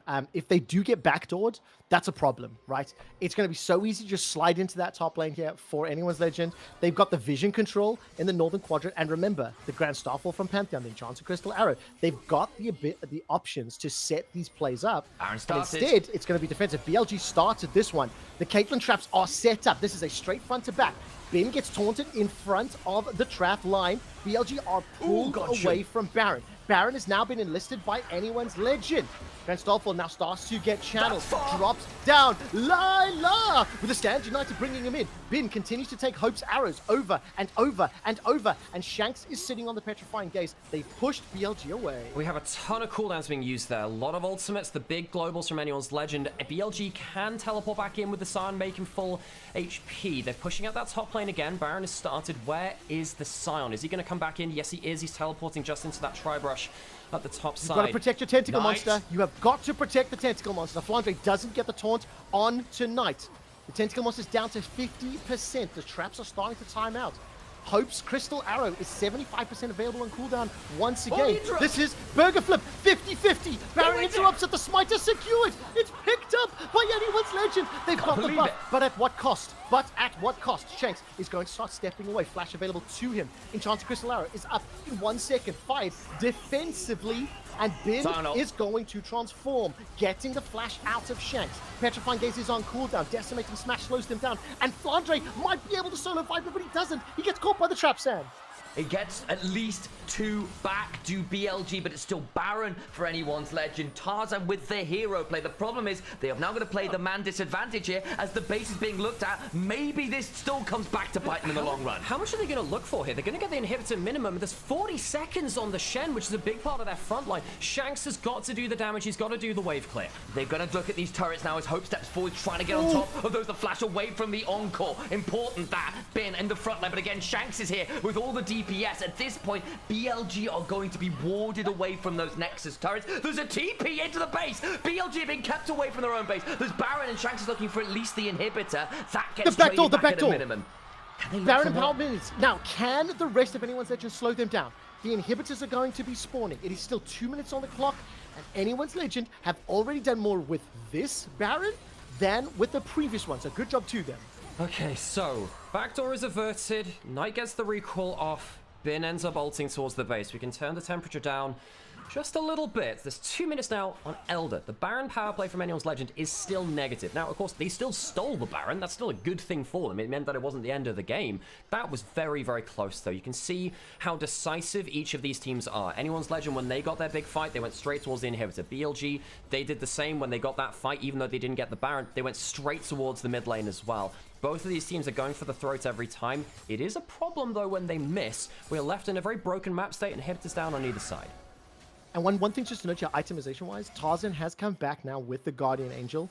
Flash is not available for Shanks and Hope. That Cassio and Ashe are somewhat under threat. Knight, however, has his available. If you assume that with supers in like one or either lane, one more pick, one more fight determines this. We are going to set up for an Elder Dragon fight. And I think it's fair to say anyone's legend have set a better preemptive vision for most of this game, and they're looking at the river once more. Sam, this Elder's all yours, my friend. Thank you very much for that one, Trevor. I will take it with the due reverence. I was just noting there, sorry as I interrupted you briefly, that Shun was being donated a lot of gold. I think they're trying to get into Death's Dance before this fight. They've not going to be able to. And the level 18, yeah. Okay, 20 seconds on Elder now. Shun's off vision. He does have flash. This could be a flash cyclone angle. Bin's looking for something onto Tarzan. Watch Shun. That cyclone is off vision, spotted now. He's in the whole use for a bit of a pro, and they're going to get the encore onto Tarzan, hit with a double beat drop. He gets wild growth and survives, but is down a couple key ultimates now on both sides. Dragon still up in just about 10 seconds. BLG taking the inside track towards mid lane, actually. Hang on, Aeon, you need to get back to defend the base. This is looking dangerous here. They really do get rolling. Hell, they've got to fake a signature in the base from where that Ari's got that one down. One next to it, Aeon need to be here now. This gets spicy. Stands United on top of the... Let's go! Let's go! They've done it! They've done it! BLG legitimately just walked through mid lane and end the game. I cannot believe... I do not believe it! Oh, sorry, was D-Man in this cast again? You know, we got some Brits in here, we got some double play-by-plays, felt only right. Well, that is not the way I thought that game was going to end, folks. What a wonderful way to end out that one. And, of course, wonderful to be joined, for those of you in chat as well, by Trevor, Quickshot, Henry as well. That was great. I really enjoyed that, folks. Listen, obviously, if you are following, I know Alex and Sam have been really gracious to me to allow me to join the stream. Drop a follow, like, comment, please share the word. Let us know what we're having some fun. That was awesome. And I will say, that is kind of what I was like alluding to from the games that I have seen. the laning phase was super respectful. We got to 2 or 3 dragons with like, it was just map plays. It was tower pressure. One team fight goes BLG's way. It puts us on a 20-minute timer. But AL, they found their picks. They used their comp well. And either team could have won the game.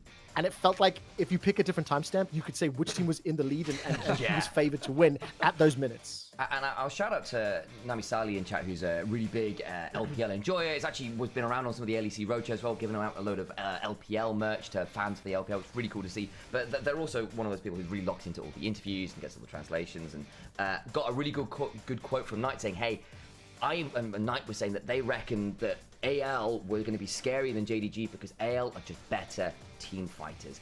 And it kind of showed here today. I actually think AL, considering they were in some pretty scary spots, had a couple back-to-back team fights that were terrifyingly close to getting BLG out in this game one. That Dragon play, that Baron play, that was winnable, Trevor.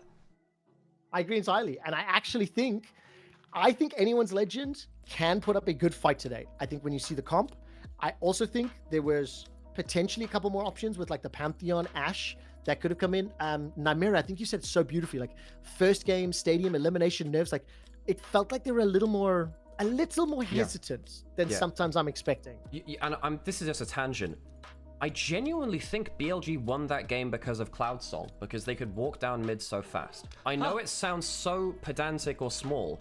The reason they won that game is because they got the inside track on mid lane and walked at the Nexus really quickly. Legitimately, that's why they won that game. This is one of those games where that might get swept up in the craziness of it. I thought AL were a little bit late to start on the Elder, but they did get there, and then BLG had to do something. Yeah. I actually think that's a Cloud Soul diff. That's crazy. And also, don't forget that Protobelt helped Knight get down that lane quicker as well. Yeah, I'm so glad we only get the one game of it. Do you know what I love? Because I legitimately, I love you guys so much, and I particularly like this fucking harassment of. Oh yeah, Sam loves that too. Don't you worry. I'm gonna clip out that Knight Protobelt to get away from Hope's Ashe Arrow as like undisputed evidence that it worked. The thing is, when I have some power over the channel, right? I can get in, I can mess with stuff. There may be a little bit of an addition where I just start doing all the subscriber thing. They're just the rocket belt away. Next time we log in, there's something like a new emote's been added to the channel. It's just like Nymaera Protobelt. Nymaera belt. I will say this. What I'm happy about. I'm happy to see Shanks' Cassio and what he did this game. I think he was really not necessarily in a lot of threat. Like the game kind of played around him. Sometimes I think he had great impact is what I want to say. And I think that's a good sign for anyone's legend against Knight.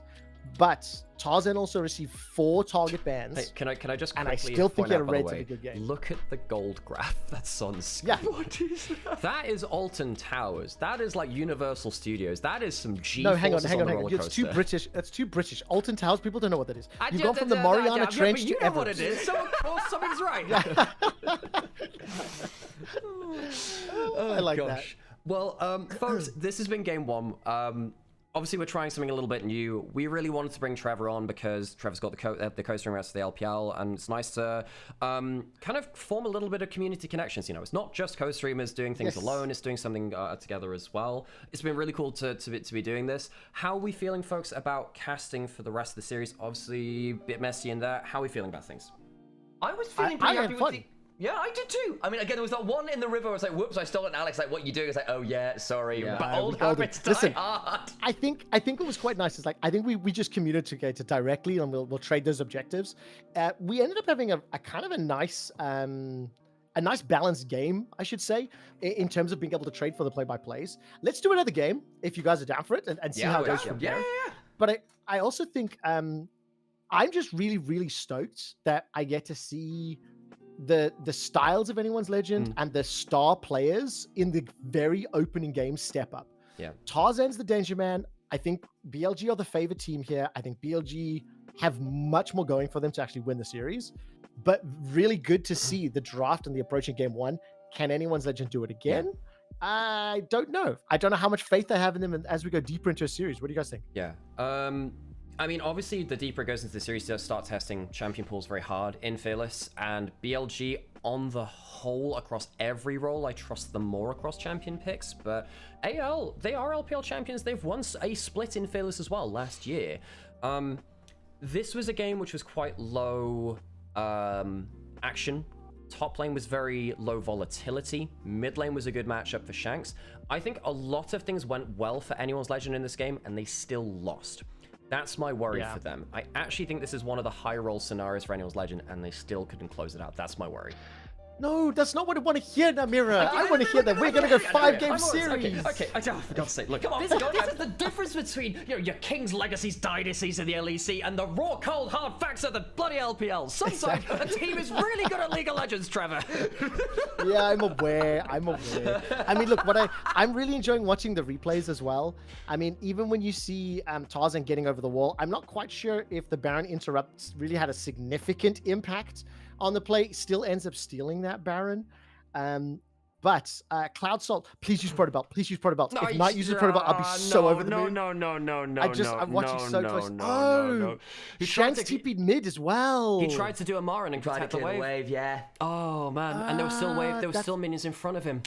I'm just saying, That was such a great call. I didn't see a Protobelt used in there, so clearly it's an No, awful yeah, item. fine. But You someone get in 1 my- point, okay? Someone in It's my 4-1. YouTube chat has actually coined the term, by the way, rage belting. Yes. That is the emote, by the That way. is great. Trevor, I'm just going to say it is so good to have a compatriot and just winding Alex You and me up. both, Like, buddy. it is, Listen. We beautiful. got to spend a lot of time together learning, senses of humor when we worked on EWCHQ, and I'm a big fan of making fun of Nymaera. It's a wonderful He pastime, just needs to learn guys. from Knight. One of the best players in the world. He just won the Protobelt. Bill's Helped player him. of the game. Isn't that wonderful? Look at the sound.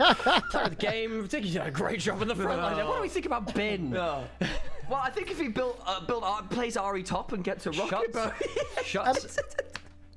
Am I allowed to take a couple? Am I allowed to take a couple minutes to move? I know we've having a bit of fun, but can I take a couple minutes to ask you guys some questions? Yeah, cool. Yeah, we should do that. Okay, so Sam, can I also get a coffee at some point too as well during this break, if that's all right? in that case, I'll let you guys do lunch and I'll do a coffee run. We need to actually just reset a couple things. I got to go on an ad break. Do you want to do this now, Okay. Trevor? You just want to give it a minute too? Do it after. Okay, so we'll Hit chill your for a ad couple of button. minutes. Well, then we'll do it after I'll we come back from deafen the and I'll break. see you in a couple minutes as well. Cool, that sounds great. Okay. Okay, great to be joined by Trevor. It is really cool. Gosh, what is this? Sorry, I'm not as able to pay attention to chat, by the way, in this cast. It's just trying to deal with a remote TriCast it's hard as heck. But yeah, no, we've been, putting some feelers out for this for a little while and just seeing if we can get this working, and we can. So it's been really cool. Gosh, but yes, remote, I'm gonna say, just trying to read. I'm trying to catch up with every chat at once. Yeah, you can ask every question as long as it's about Protobelt. It's like you can choose you can have any color you want as long as it's black, Oh, gosh. How did you guys find that in chat? How was that in chat? Were you enjoying the quick shot vibes? Were you enjoying the return of the maestro to casting? I'm not quite sure we're Deficio, but we're trying our best. Fun as heck. That was fun. Good. It was a great Protobelt cast. Oh, yes, it was. Oh, yeah. Love me some belts. When they say they bring out the belt now, it's just going to be the Proto. When they said bring out the belt, they didn't mean the Protobelt. Is Quickshot casting the whole series today? If he wants to, yes. If he wants to. Very happy to have Trevor around. Sam is as well. Yeah. So as long as Trevor's happy to, I'm happy to as well. It's great to be back on board with him, and I think for Trevor as well, it's just nice for him to get his hands on some actual good League of Legends. Yeah. Obviously, it's going to be a little bit scuffed. We're doing a remote TriCast. It's been we've not casted a TriCast as us three together. I've cast with Quickshot and TriCast before. In fact, actually, I casted a Quickshot Cadral TriCast back in 2022. So we did that a little while ago. Oh, has he got Appa on stream? Beautiful. See, we don't have an Appa. We do have a Ziggy back home, but that's like, across the English Channel. Oh, gosh. Miss Quickshot so much? Yeah, me too. But, I hope that we, Lucian Protobelt? Oh, yeah. Bring out the Lucian Protobelt. He needs another dash. The thing is, AP Lucian is actually really good. Protobelt Lucian might work in Arena, actually. That's the thing. Might actually work there. But yeah. Yeah, no, look, if Quickshot's down for it, I'd be willing to do this more often, as long as Quickshot's ready for it, as long as he wants to. You know, it's our co-stream. We have the co-stream rights. I believe everything's okay there in terms of red tape. By the way, whenever we do something like this, you know, we're not unaware of like the context around it. We do make sure that we check in and just make sure that we have like someone like written in confirmation this is okay to do. Yeah, Lucian, AP Lucian is a thing. Believe it or not, AP Lucian is a thing. Yeah. Go to co-stream. Oh, you're very kind there. Very kind. But yeah, shout out to. Can I do shout out on here actually?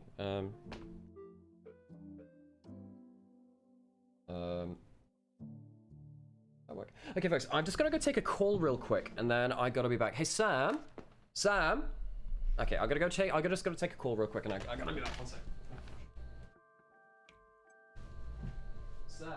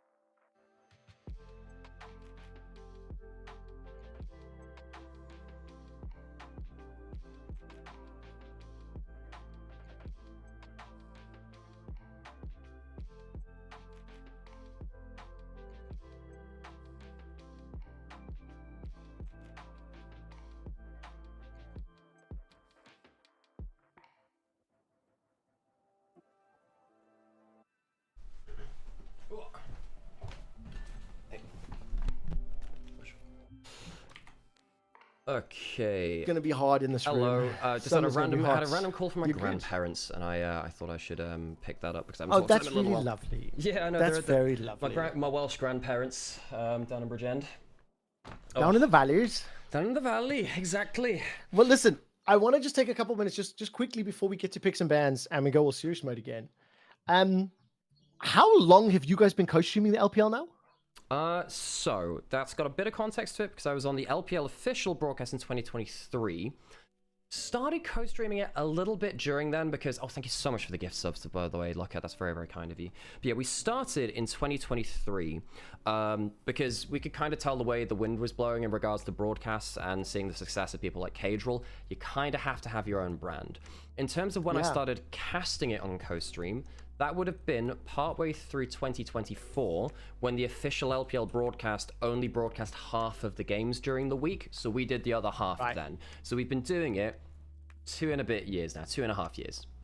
2.5 years. I've seen the streams on a whole bunch. How many thousands of games are we at? 1,000? 2,000? 2 and a Two, bit. three, We'll say 2 and a bit, I think, because every year.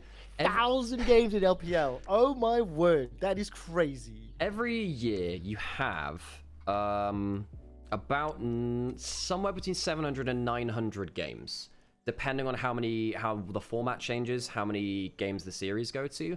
Probably a little close towards 900, I think, if you also include Demacia Cup and other secondary tournaments. So yeah, you go a couple of years deep into it, you think, okay, I have to kind of like make some approximations now, but it probably is over 2,000.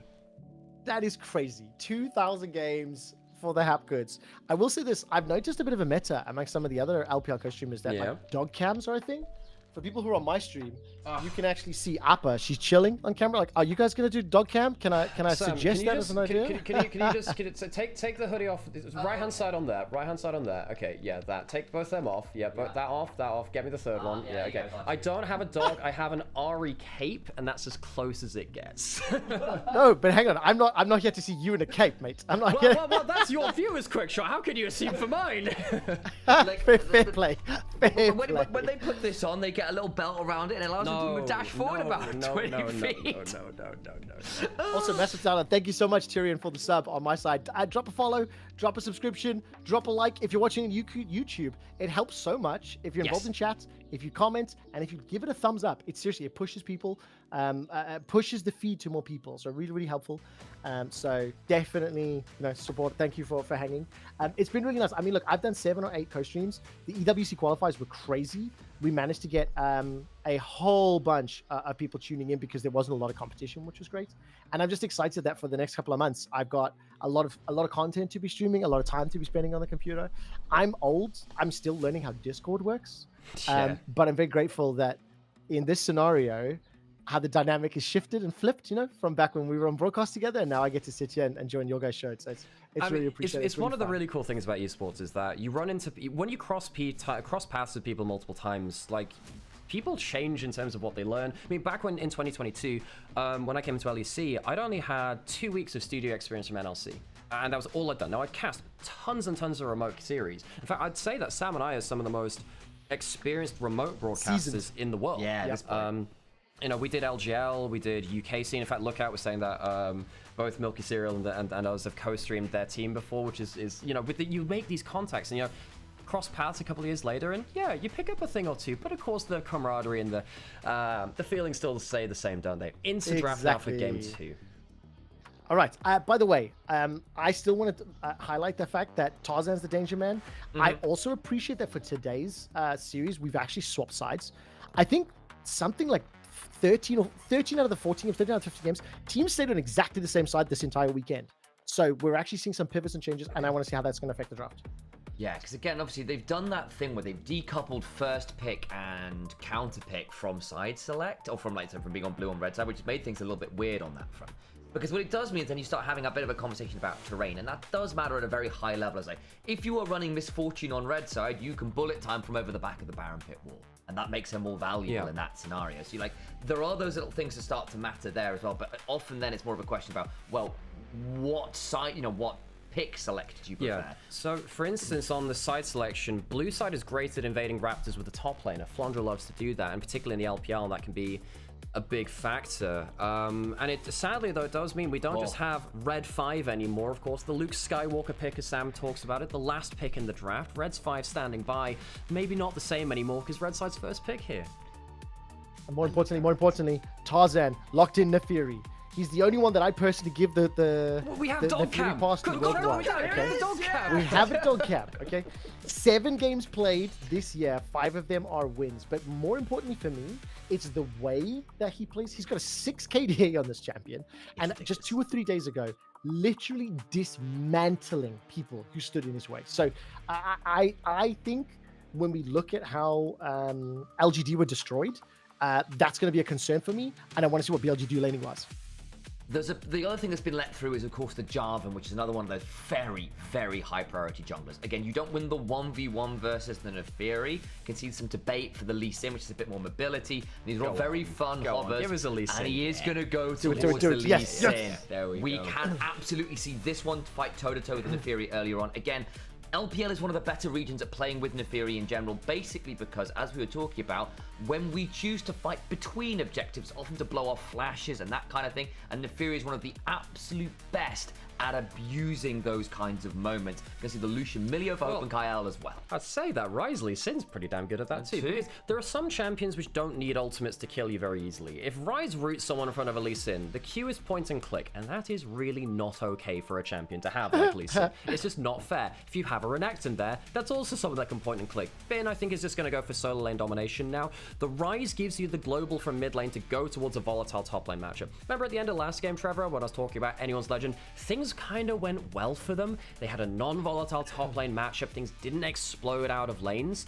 If you get Bin's Jace with a Rise from Knight, the best player in the LPL, roaming up to your lane, that is bad news for anyone's Legend. I don't know what they do to neutralize this Jace, and I certainly don't know what they do to neutralize Jace with Knight coming up to help him. And what is going to be banned away now? The Gnar's already moved from the pool. Rumble removed from Flandre as well, one of his most played champions. You have to assume... Well, this is the other challenge as well, keep in mind. BLG, where do they prioritize their bans, right? Because you've got your 2 solo laners locked in. You may open up a surprise option for Shanks or Flandre, but it's also just like, we've got Bin and Knight. What do you think you're going to do? Right, it's very challenging, right? Because at this point, we've got 2 of the most potent laners in the game on 2 of their most comfortable and potent laning champions in Ryze and Jace. And also, it's Ryze, one of Knight's best champions, one of the best champions in the game, period, and also one of the key counters is out. The Cassiopeia is not there to hold the Ryze down. You have Annie and Onivia, which are champions which can typically cause some issues for the Ryze in lane. Instead, they ban out the Twisted Fate, which could have been played top lane. It is technically a double flex right now, and Flandre's played bits and pieces of it top lane. The Onivia looking, I guess, sort of likely here for Shanks, unless he wants to go towards something more like the Azir or the Victor if he cares less about the laning phase proper. Is Bard still open? When would you Bard? That's going to be a question here. We saw it into the Ezreal. It's on, so I think it's always possible. Very much. Yeah, that's a fair point. You're against the Lucian Milio. You might go Corki Nami for laning phase because you need a strong 2v2. If you go for the Bard and go for the Jhin, we haven't seen a Senna from BLG this split. We haven't seen that. Okay, I'll put this Okay, out so here as well. Can I go back? Can I just go out just super quickly? This is what I was mentioning a little bit, Alex. I think with the way 26, 9, 10, and now 11 is pushing teams, when you said we've not seen the center this split, I have noticed this as a trend in LCK, LEC, and in the LPL. We're pulling out. That's also the nature of balancing. We're getting ready for MSI, but I do just find it fascinating for to see like absolutely 0 plays and now gets pulled out. Yeah, and again, we've had 1 or 2 Senna enjoyers in the LPL. Shout out to Leave in particular, who's probably the best Senna in the world. Like, he stacks like nobody else. Because again, we'll get into it in game, but like there are particular breakpoints on Senna and what's expected to be hit in terms of your stat count at 20 minutes. And if you don't hit them, you aren't feeling very happy as a champion. Hell, I think Hansama got away with it last night, for example, because he was having a really rough time until Skumon brought DK in out and smacked him all around anyway. What a series, man. Are we going to see Nasus in? Are we going to see more Nasus in the LPL? There are some junglers which I think can pull it out. I think the player that would have done it would have been Guon on NIP, but sadly for him, he's actually now been knocked down to the lower group. This is their arena, by the way. Guon and NIP. They were meant to be playing. Oh, that's depressing. Playoffs on their own stage, and then they were beaten by EDG unexpectedly. Can I do a little bit of behind the scenes info? That's actually part of the reason that our road trips in the LEC are during the middle of a season. Yes. Because if you're KC and you host a road trip, you're guaranteed to play in regular season. But if you host a finals, you're not guaranteed to appear in it. So just interesting business things for behind the scenes that a lot of people don't necessarily it's think about. pragmatism, right? It's pragmatism. The LPL has something like 5 teams with arenas, and that has to factor into that too. On locks in the Alistar, so he's going to have a tank to go there. On's Alistar is also really good. It's not really been as much of an Alistar meta in Split 2. It was in Split 1 for a bit. On our side, we actually run a quick ad break after draft, just to make sure we don't have ads during the game. Unless there's a damn pause which ruins everything, and it means you get ads in game anyway, but that's a separate thing, isn't it? Thanks, LPL Production. Coaches will fist bump as I go away from my brief rant. You see, I have to let out my anger on something else now that Protobolt's not in the conversation. What I can do... It's fine. Bring everyone to make sure, because basically, Trev's done a really wonderful job of saying, hey, make sure to follow us. Guys, if you don't know who Quickshot is at this point, I don't know what you've been doing in League of Legends over the last 10 years, but if you are not following Quickshot, please do so, especially on the Twitch channel and the YouTube channel that Trev has been starting up to do some more co-streaming stuff. It'd be great to make sure that you guys say, well, I know Quickshot. Well, go give him some bloody love then. Go follow him. 2,500 followers in 10 days. So it's not go. massive, right? But it's like, considering I was at 4K and I'm now at 6.7, it's great. I saw a message in chat talking about draft. Wait, we're going to wait for the Gyros.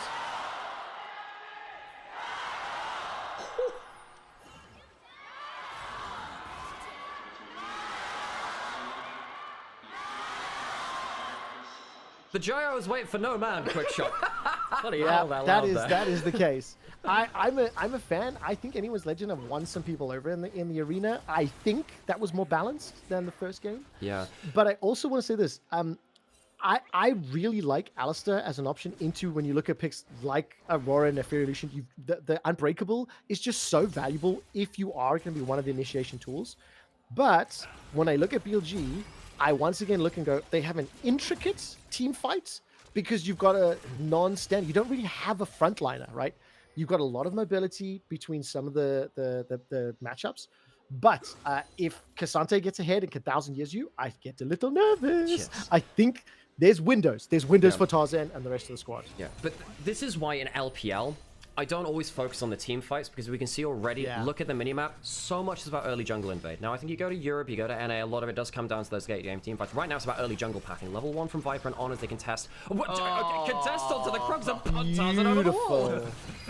So beautifully done. Tarzan's not done yet. Viper still wants to try and pick up some of that farm. We'll be able to at least get a couple of trades down. Tarzan's level 2. Kale's pushed forward. He's level 2. 13 CS for Hope. Viper has only got 2 right now. So keep in mind the experience. Damage being put onto the tower. And now the tower dive at level 1. Let's go, anyone's legend. First blood picked up for Hope's Lucian. And they got to step backwards. Darkin daggers were held. And Viper is behind in 2 levels, down, 2.5 waves of experience, and you've just given a Lucian first blood. Yeah, they wanted to go mess with Neferi, pick up some souls from that. Again, the Senna always trades souls for farm, is very happy to do that. Yeah, you drop a little bit there, but being at level 1 versus the level 3 Lucian, and Lucian with level 3 has so much more potency than nearly any other bot laner right now because of how much you can do with it. They get beyond the wave, they get on, and the weak side bot lane from BLG is punished well there by AR. There is a ton of context to this. Look, Hope has been the most criticized member of anyone's legend over the last few years. He's been seen as the player that holds back this team. He's now been given early resources from his jungle, early kill in the lane, and he's on a Lucian, which is very powerful here in the LPL. Now, I think BLG were really taken off guard by the early invade. They were looking at enemy Raptors. They weren't protecting their own bot side, and On lost a lot of HP to go defend that and left Viper alone at the level 1. See that BLG were really quite sucker punched by that AL. One of the things which I was looking for them is good level 1 plans. Don't let BLG sit in their laning momentum, really, and just bully you out of the map. This is much better from them. I really like that level 1. And not only that, I actually think it's even a bigger mistake when you look at the matchups. Lucian Melio into Senna Alistair. Of course the first levels are going to go anyone's legends favored. And then you've got the ability for Neferi to play around. Shun's going to step forward into Tarzan. Sonic Wave and Resonating Strike.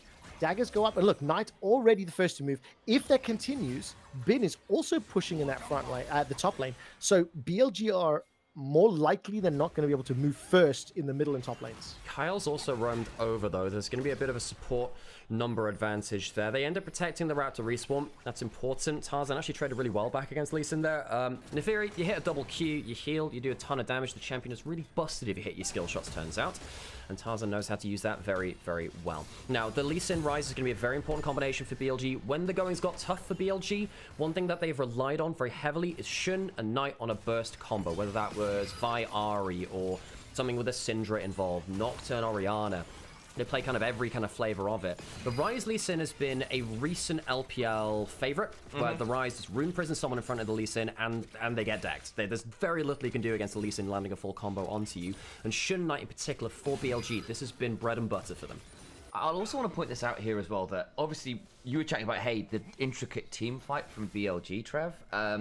The other side of this coin, as we have seen Senna on the Doran's helm, and has she got inspiration in that? I'm not sure she does, so it's again a mistake. No, okay. Okay, I'll let Alex so, about this let me later. nerd out. Permissions to nerd out? Yeah, go nerd out first. Okay, okay, so Jack of all trades is a minor rune in the inspiration tree, which gives you ability haste and some extra stats when you have different stats built in your items. So magic resist, armor, HP, attack speed, you name it.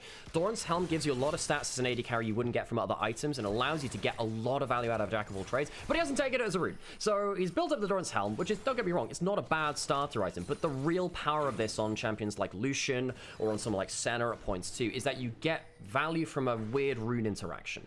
And there's no weird rune, so they don't get the interaction, and so half the value of the helm is gone. Nerding out for very little value. It's very annoying. Yeah. It's very appreciated, though, because I did not actually know that. But I will say this, by the way. I tuned into LS's stream the other day, learned about it, and now I'm going to pretend I knew about it all along. Great stuff. No, yeah, but you don't have to say it that way. You said so confidently it was yours. And by the way, that level 1 the play in the bottom lane has still allowed Hope to pull ahead. 600 gold in that bottom lane. Comes back with the Sheen, the double longswords. It's a domestic dispute bottom lane between Lucian and Seder. So we need to see who's going to get... Who comes out best in the divorce, yeah. Who's going to be able to... Yeah, exactly. Who gets the control... What's the control? Damn it, that was such a good joke until I forgot the word. Anyway. No, but Trevor, you said it so confidently. You made it your own. Oh, damn it. Okay. All right, a little bit Oh, of that was pettiness. good. All right. That was good.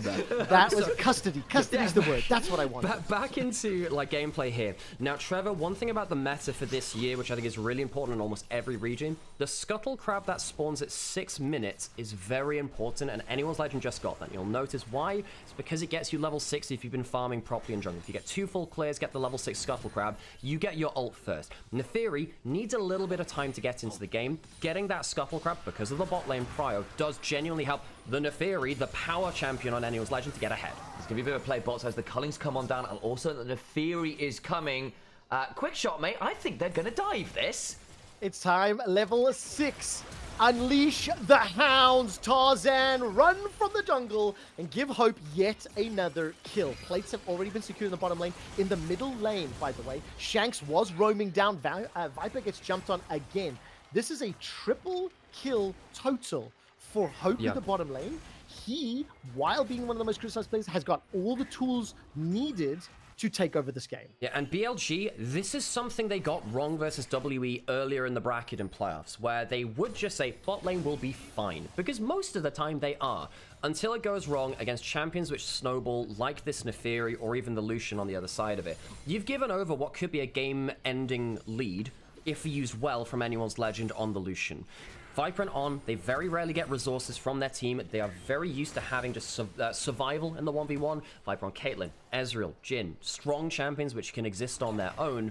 And they don't really like having the focus put onto their lane as it's been doing in this game. Look, it's not quite the Eye of Sauron, but they've certainly drawn the Eye of Tarzan bot lane, which has allowed Knight and Bin to get isolated laning matchups. And that is what BLG had basically traded bot lane's entire existence for. You've got a significant CS lead mid and a significant CS lead top. Yes. Hope has got Essence Reaver already. That was like a 6.5 minute purchase.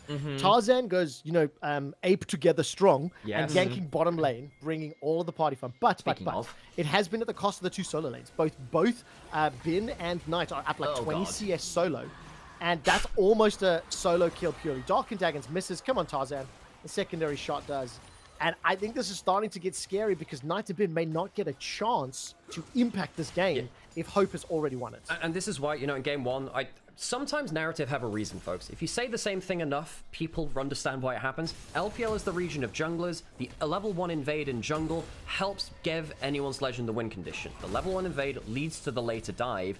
It comes through from that jungle and the early level 1 plans. Anyone's legend have got themselves a win condition through their early jungle decision-making as a team. And if you want to look at when EU was doing that, right, well, just look at Skewmond at first stand. That's why we were praising him so heavily, is because they had those level 1 plans. It got Skewmond into a great position, and then the next step of taking that lead and converting it into a continual building of resources and pressure. Those re-invades, the wards that have gone down. Look where AL have got those wards around that red side quadrant. And then the continual dismantling of this Senna and this Alistair. By the way, that's the power. Yeah. I love that point, Sam, because in game 1, I really liked anyone's Legends River wards and River Control. Look how much they pushed it further this time around, right? They're on the red side, they swapped over, but they've given all of the tools to Hope and to Kale to push the lead, but it is at the expense. Down 20 CS top lane, 900 gold. Nearly 20 CS mid lane, around 600 gold. Knight is already stacking the rower. Bin's working towards the culling. The cull, I should say. But I've done that now so we many need to times, see the you shot know place. The shot loss has to land, right? So let's see. Okay. Yeah. Okay. Shun, does he stop the recall here? does. He does. Hang on. This could just be a kill. Kicks him into the wall. Flandra's going low. Tries to get the W. Nice dash away to avoid it. Flash on forward to get the additional Q. Gets that. And now, of course, reminder, Shun has already picked up the grubs for BLG, so Jay should be able to dismantle that turret very short. I've realized the problem. I've been play-by-playing in a solo cast for a lot of this year, so I'm also like tagging into the double play-by-play mentality. Listen, when it's that easy though, when it's that easy, I used to actually tell like Deficio and stuff, if it's just gonna be so, just go with it. Like seriously, it was so obvious that Flandre was gonna die and kind of depressing. I don't want to do it, dude. It's not fun for me. Oh yes, you give me the depressing. Okay, got it, cool. I get the depressing exactly. play. Thanks, appreciate that. Well, now actually to pull out one of the proper lines then, well, where's the Trevor kiss me moment? Come on. At least say into it. Okay, really, in front of the only chat? way that'll work, the only way that will work is if we cut to a shot of the crowd and they're making out. That is the crucial first step. Because that's how that happens. Can't have Coldplay playing. It can't happen. That's it. Oh no, don't mention that one. That was good. Oh gosh. man. Shun, by the way, looking for the engage here onto Shanks. Kale's already right behind him. Hope starts to channel the culling. Where was the weirding? Shanks is going to hop over the world, between two worlds, I shall say. And now here comes Tarzan. Is it time to eviscerate? Is it time to obliterate? No, it is not time, as they might get decimated. Now On is going to push this way. Let's go. The pressure is there. That's a good BLG, headbutt. find the Rune Prism.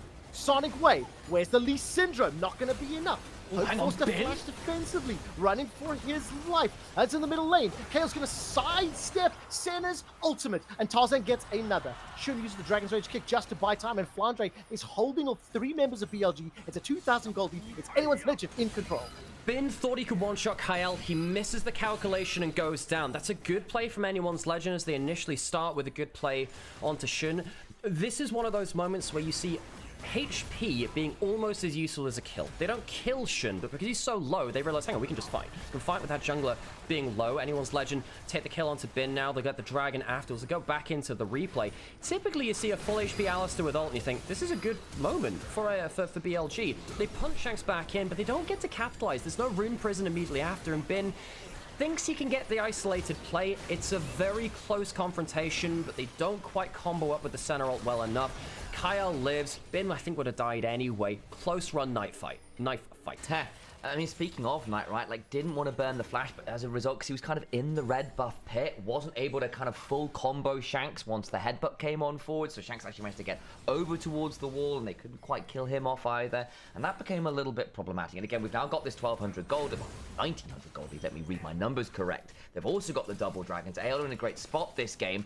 We were chatting, we kind of got a bit messy because of the amount of dives that are happening bot lane, but one of the points Alex was bringing up was like, hey, sometimes it's not about the 5v5s in the LPL. Sometimes it's about the ability to play towards these side lanes, and theoretically, that's what BLG have drafted for. They've got a control tower in mid lane in the center that can ult to the Ryze, ult to the Jace, who are shoving with the grubs and the Lee Sin on one of these side lanes. The problem, Trev, is because they've fallen so far behind now, I don't know how free they're going to be able to do that. No, they're going to try and make a play here now.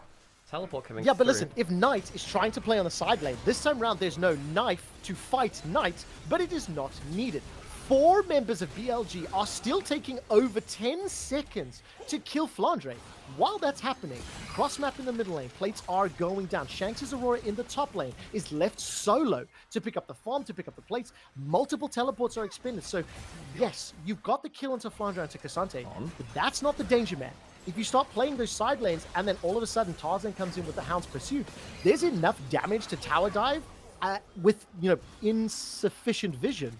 There are options here for anyone's legends. On just gets destroyed. Kill, again, going over to anyone's legend. They can stop the recall. Some very quick teleports across the map there with some very intricate macro. We're using that word a lot today, but I think it really fits this one. As BLG escape the potential dive onto the Jace by teleporting out of the lane, get the kill, teleport back to the other side of the map to try and hold the turrets that they left alone, but then they get a little bit lost in the source. BLG, as anyone's legend, just have a really strong Neferi, and Sam highlighted this earlier, really excels in those kind of moments where you're not quite set up, and Neferi just takes your heart out because they're so strong at this point, and they're very able to close down a lot of these members, like a Alistair without that flash. I'll also note that BLG did at least get to do what their comp was supposed to do in playing towards the rise or the Jace. Jace is now 2,500 gold up individually. If there was a player on Jace that can still win you a game, it is Bin. He's cashed in the Cull. He's gone to Muramana first to stack that as fast as possible, to have as potent a mid-game as possible. No stopping off for something like a Ghost Blade this game. Fight happening over the Herald. We're going to get a contest. Teleport coming through front to back, our first 5v5 Sam, of it's the yours. game. Oh yes, I'll take that one quite happily. The Realm War potentially behind. On's being set, looking for the angle, immediately burns that ultimate to buy some time. Flandre gets a double pullback, not the best, the double head button pulverized from one, but he's left alone, and this fight is still going to go the way of anyone's legend. Flandre in the front line briefly gets away, and AL, again, the moment the 5v5s occur, they just feel so much happier. Yeah, On ends up dying at the end of that just to get the Eye of the Herald. They ended up taking it with Shun, but they get the objective after. Do they lose anything because of the fight, though? Mid lane turret under threat. Bin's thinking about just going to the skies and wiping that wave out again. Jace does have a fair amount of AoE as long as he sends his body in. By the way, Shun the gets damage jumped on, that Bin all put out. down with a 2,000 gold lead is massive. Shun gets pulled away, is not going to be able to use that safeguard to safety, and will be killed. 404, all 8 kills have been involved for Hope, as well as Tarzan, 305. But I will say, when you notice that 2.5k gold in action, Bin hit 2 shock blasts in front of that Rift Herald and burned through like half of Hope and Kale's life. I don't care how hot those fires are from Emilio. It's not going to be enough to survive that poke damage. At that point, they're being used to like heat up like the hot cup things you do to like get rid of like the muscle pain at that point. That's as good as I got here, chat. You know, Cooking some s'mores, you know what Exactly. I mean? S'mores are, Exactly. I don't know, Hope's life yeah, was. they're very therapeutic. I hear this time of year. That's not. It's only in winter. Anyway, Bin getting towards that Muramana, only 1 stack away from that, as we've been talking about. Really like how Flandre used that all out there. The big thing about Flandre quick shot, which I have to tell you, look, in 2015, Flandre was the carry player of the LPL, and when he was on Snake, he was the guy who played carries in an era of bruiser top laners around the very early days after the MSI win of 2015. Over time, he has matured into the thinking person's top laner. He is the person who might not win you the lane, but he will always have impact outside of it. He's down 2.5k, but with his clever vision play, got a kill onto the Lee Sin, which was really important to him. If he can do the same again, this team fight again here around the Dragon, well, perhaps that'll put anyone's legend into a much more firm position, especially as it would be their 3rd Dragon. Take a look very quickly at the itemization, by the way. That Flicker Blade has been sitting with Hope for a while. 2 items completed into a single on the opposite side for Senna. And of course, we do also have a massive pickup sitting for Bin. He's got the Cyclo Sword, 2 items. Ooh. If anyone's legend do not like rush this down, 1 shock blast burns 40% of Kale's life. Viper just gets caught. It's that simple. Shanks and Flandre can be down 5,000 gold combined. It doesn't matter if they catch someone face checking. The Rift Herald's been dropped to try get something back. Will at least put some damage onto the tower. They get the flash out of Shanks, and the 3rd dragon should be secured, and is. For anyone's legend, it is only 1,000 gold lead, but they will be able to force BLG's hand again in the following fights. Yeah, but that 1,000 gold also comes with an additional bonus package of Hex Tech Soul Points. Shun's about to get jumped onto here as well. Flash for the kick, that might be good, but the Breath of Life keeps him rolling. The Hound's Pursuit wasn't used in the fight. Shun just over the wall, but a flash, a smite, the Sonic Wave. Here comes the Dawning Shadow to keep him just alive. He's still alive. Does Shun get out there? I cannot believe it. On May trade his life, he flashes as well. BLG get away without murder. I'm not gonna lie, I think the mortuary were thinking they were gonna have a delivery there, but nothing's turned up in the mail. I love this game. I love these skills. The fact that Shun's able to not only set up a potential kill, but then escape 4-5 members of anyone's legends, gets out alive. They are not out of this game. They have all the tools available. The only thing is they really need to be careful. Hextech Soul plus a fed Nefarian Lucian is going to be a problem. And Tarzan's not going to be able to close it up, but Hope just about may. Flash and barriers available to him. Now all of a sudden, Kale steps forward. Kick him with the ball. Shun will finally get taken out, and 1 last shot from Flandre does so. That's huge for somebody who was down nearly 3,000 God. Kale and Hope, can they set it up? The Ardent Blaze will not be enough to do so today. And anyone's legend, get away. I think Bin auto-attacked one of the dogs instead of Tarzan. I think that's why he lives. I think he does one of his auto-attacks just at the end of that trade onto Tarzan. We'll watch here again in the replay. This gets really close. It's the Fed member on each side going at each other. Watch this here. Where does the auto attack go? It goes onto a dog. I don't know whether Tarzan was out of vision, but it saves his life. Shock Blast goes wide. Shun ends up kind of paying for the sins a little bit there because thinks he has the kill combo onto Hope. This is the kind of gameplay I thought I'd be seeing with the Lee Sin through here. Close run stuff. What I'll note, though, is you do get Flash and Barrier off the Lucian. If you can take the Lucian, who was the one who got all of those early kills into that turret, then sometimes you'll say, you know what, Lee Sin died the one time, that's fine. If it means that in 2 minutes when we turn up to this Hex Tech Soul, which would be a potential for anyone's legend, you can bring down the Lucian, who's down some of those key summoners, we might be having a different conversation. I do also want to go back towards this Senna, who has obviously not been the highlight for BLG, but this is a very low soul count. We expect at least 60 at 20. That is a long way off that. Yeah, it's 21 minutes, 50 the souls. problem is, like, Viper's in so much trouble, like, the entire game. Has been ganked multiple times. The tower has fallen. 20 minutes in, 12 kills in comparison to the previous game. The pace is so much higher. I want to contextualize, not forgive or give an excuse, shall we say, right? It's a reason, not an excuse. Senna into this. You picked Senna into this. I think, Nymaera, you mentioned as well. It's like, okay, what are the bottom lanes? What are we anticipating? And it was an intentional draft. So for BLG, it's not working yet. And look at the vision. Once again, anyone's legend doing a great job. I missed the last few minutes because of the chaos, but they've set up around Baron. They've made it clear. If a cross map gets started in the next 90 seconds, they will be able to at least play around it. Yep. They've got teleports too. Everyone's playing on top side, everyone up here. Potential of using the Realm Warp to get the Alistair into the back line again, using the center moves. Shanks actually caught out a little bit there.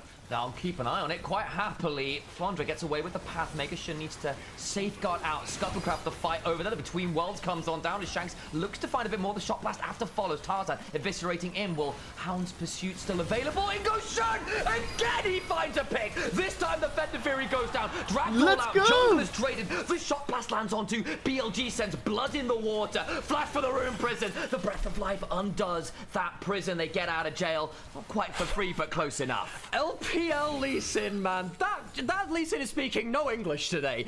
Does get the kick back onto their opposing number. And while he does go down, you take out the most important member of the other side. I think in this case, anyway, maybe you can argue, in fairness, there is a 5-0-5 Lucian, so maybe a bit unfair towards Hope. But taking down the Neferi there shows that Shun, there's a really important fact we need to talk about Shun here. Look, Shun wasn't on BLG in 2025. He came back and he fixed, like, the vibes of the team like no one else can. There was a revolving door of junglers in 2025 for BLG. Shun was who they returned to, their 24 and 2023 jungler. And right here, he's been playing a lot of this game at a deficit. It never really crosses his mind. Doesn't matter. Shun is the kind of player who will just make the play gold be damned. And I really love that about this guy. It's a great all-out from Flandre. He catches him out again. But Shun, I love the spirit in which he plays for BLG. Neferi says, you're not locked in here with me. Flandre's like, no, you're locked in here with me. Yeah. They literally trade steals. But please keep your eyes on the minimap. The vision toggle this time around is great. BLG have got Baron control, but nothing in the Southern River. And Bin is landing so many great shock blasts that it's going to put anyone's legend on the back foot. The cullings are not working out yet. Flandre gets delivered and gets dumped down from the Mercurial Hammer of Jace. The Scimitar is firing down. The 4-man knockup. That is exactly how you do it. BLG are on fire. The hammer comes out once more from Bin. He's looking for the shock blast. Tarzan's running for his life. Put that dog down is what Bin is saying. He can't find the hit just yet, but he will send Lelio hacking. Get him back to the farmyard. And one more for Shun. The re-engage from Tarzan. He's bopped down mid-flight. And BLG take absolute control. That is a play only a Rise can make. Knight gives an Uber Eats delivery to anyone's legend, and it turns out that stake is more than rare. It's bloody alive still. Teleport down to the bot side of the map. BLG are making sure they get both objectives at the same time. Baron on one side, Bin covering the dragon. Yeah, Shanks and Hope went to try and sneak away the dragon, would have got them the Hex Tech Soul, but Bin resets TPs in, and they can't stand in front of the firepower of Bin's Jace. We said he might be a win condition here in a way few other Jace players can be. He just comes in and says, you cannot play this. But AL have respawned. Massive chunk immediately onto Kai Elbow. Okay. Sam, that's yours, my friend. I took the last one. Oh, yes. Okay, all If right. there's a looks fight, like, like- tell you what, for this next big objective. Okay, yeah, so that one's just like one you bank in for the future. Okay, so Hextech Soul IOU. is avoided. There is a Baron taken for BLG. Now, Cassante feels like a very broken champion until his W is down. I am a firm believer Cassante W is the most broken ability in the game. It makes you unstoppable, it makes you basically undamageable, and it gives you mobility. Once it's down, though, a lot of Cassante's kit goes with it, and it means they can go for this play. What a ridiculous combo from Knights and On, delivers the cow into the backline, and it's an extended chase down which comes from that. That is beautiful. That is BLG making plays. Bull in a China shop, or at least in China, incredible. Incredible. I'm not apologizing. No, bull in a shop. That No, felt real listen. good. It's a bull in a shop in China. Yes! Nymaera, thank you so much. We delivered that. Oh, I will also say this right now. Something that I have noticed from watching throughout the course of most of Spring Splits, actually, in the Spring regular season and playoffs, the first Baron power play tends to not finish very early, right? And I think thanks to Durex, of course, that's why that's not going to happen here for BLG or AL. They very do have good. some time, you know, to work around this very sensitive situation that anyone's legend find themselves in, because the culling has not been impactful multiple fights in a row, despite the fact that we've seen Viper and Flandre caught out with, I think, questionable positioning. BLG have just got the range, and Shun is currently finding target after target. So if Shun gets withheld, maybe AL have a chance. Do you think they sponsored the backdoor in game 1? All I'm saying is the balls are in BLG's. I mean, ball is in BLG's. The towers are going down. That's important. I hear it, BLG. 3,000 gold power players. They keep landing shock blasts. I'm and sorry. they all- Look, this is the first weekend that I've had the opportunity to see a Durex sponsorship. There's a lot There's a of lot, yeah, silliness and backed up, childish we'll say. behavior Oh, dear. that I haven't been able to get out. I will be professional for a moment because of the fact that Bin's damage, I think, has been able to keep AL on the back foot. I think Knight, Rune Presence, and Shun, the three of them said, it doesn't matter what Viper and On have done, we'll just win this game. Yeah, I think that Hope, obviously, he's been given a lot of gold. It's been really hard for him to find a target to not instantly get exploded by and actually do damage. It was great in a split map state, but this raises some issues. If you're going to give resources against enemy bot lane, again, this is a way which BLG have sometimes fallen apart. If anyone's legend can't execute through this, that is another checklist point of things which I would want them to try in this series to get over BLG, which they might have failed at.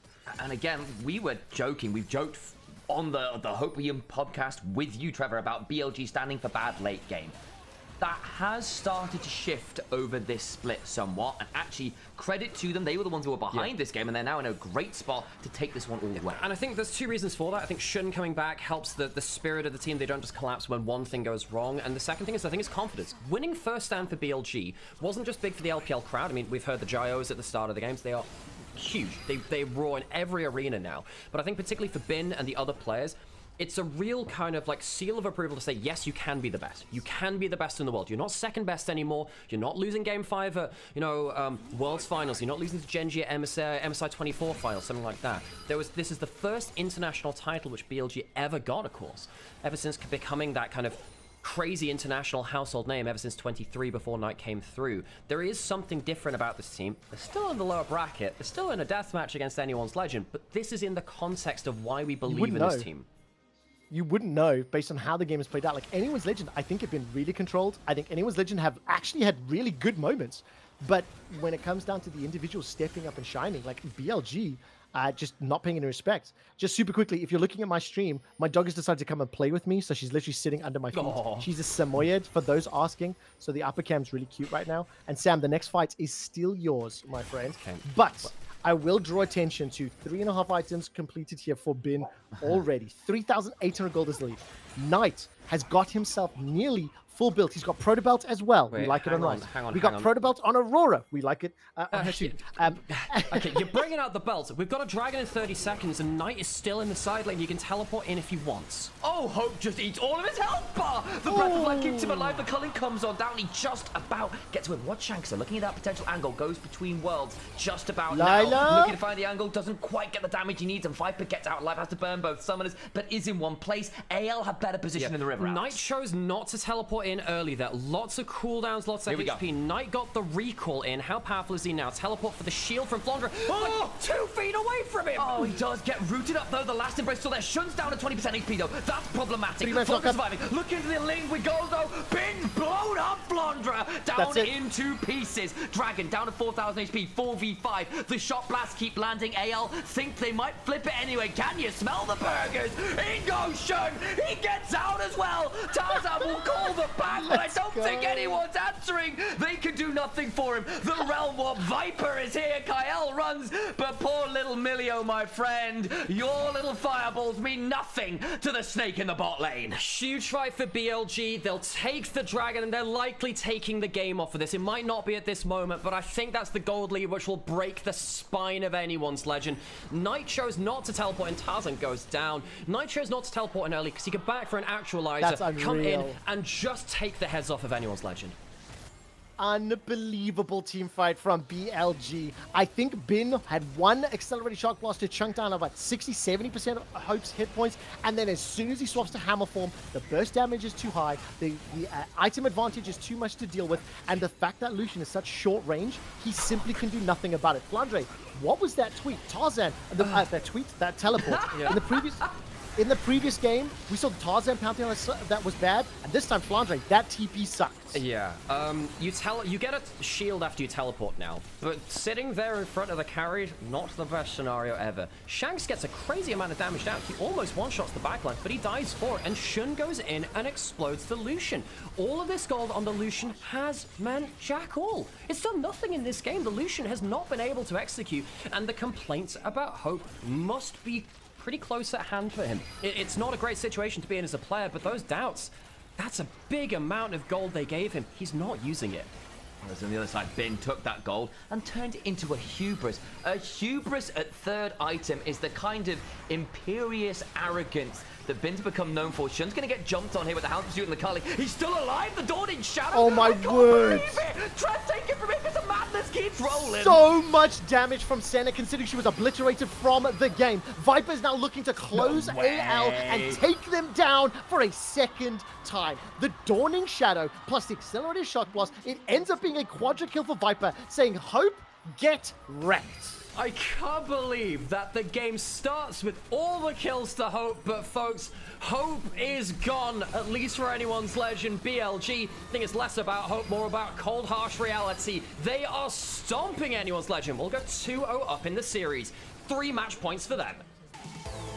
I am in awe of these two teams in a lot of ways. They have been so back and forth, but what I am seeing is BLG have the ruthlessness in the later stages that anyone's legend don't. The poise is just a bit better from the players you want to see it from. We saw a little bit of a cam there onto Bin. He gets his Jace, he gets the Goldie, despite the early deficits for the rest of the team, and he converts that alongside some magic from Shun, let's make no mistake about it, and they blast those later fights. And also, I want to be clear about this, by the way. The words that we want to use, it was a dispute in the bottom lane. There are some more aggressive words you can use, which I want to avoid. But as far as custody of the right to face Monkey and Team WE, who gets that Thresh? custody sits with BLG right now. Oh yeah, maybe Thresh will be the weird uncle that gets. Oh no! Listen, guys, I'm gonna say this. Do you want to just like say a little bit of goodbyes and wrap up? If this ends up being a 3-0, I'm gonna go from this to Counter-Strike. So I'll hang with my crew, my slightly smaller stream. But I want to say thank you. That was awesome. I would like to do this again in the summer season after MSI. Yeah, no, I've really enjoyed this. Chat, I hope you have done that as well. Of course, we stream in 3 different places. We've also got 2 different YouTube streams, including Onivia Highlights channel. And if you've been enjoying this, come watch us again. Come ask for it. Tag us. Go find clips. If you want us to do this, we will do it, I think. I mean, I've really been enjoying this. Real blast. It's been I had a great. blast. And also, I don't think we live too far from each other, so maybe we can actually set up. Like, I can bring my laptop over. I Maybe did we can think do about a in-person TriCast. You know? Yeah, got I the headsets we for can it. do We that. can make it happen. My brain is going to production mode on that. We can make this happen, and I think we yeah, I would love to do that. Let's make a date for Summer Split. Okay, I think based on what I can see from the chat, it seemed to be pretty successful. I know I enjoyed it, so yeah, consider it a date, boys. We'll see you. We'll see you in a few weeks. Okay. Thank you so much. Enjoy the I love you all. I'm hoping to. The game started at 2. It's elimination matches. If you want to learn about Counter-Strike, once this is done, come hang out with me. I can teach you a little bit about CS2. Cool. All right, cool. See you guys later. Cool. Right, how does this work? Oh my gosh. Okay, alrighty. Well, that was really fun. Really fun, folks. Yeah, I enjoyed that an awful lot. Gosh, I didn't realize actually heading off after the game too, but that's kind of, how do we unshare the stream? I believe that is a separate tab. We can do that over here. I think it's just ended there now, so Quickshot's gone over to that one.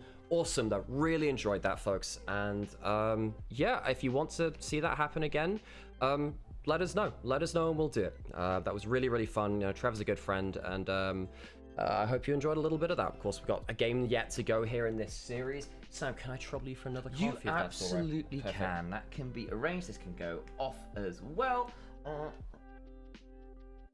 And the speed up on this is getting a little hot in here. Man, it's the really cool thing about having to deal with double play-by-plays like that, which can also kind of slide into color, is that you can have the play-by-plays think about their big lines between the other fights as well, so they have a bit more time to think about the big moments. That was really cool. I was fan of my bull in a china shop comment. That was entertaining. When you find that clip, oh, Ben, look at those numbers, my son. Oh, that's insane. Yeah, 1000 DPM, that'll do it.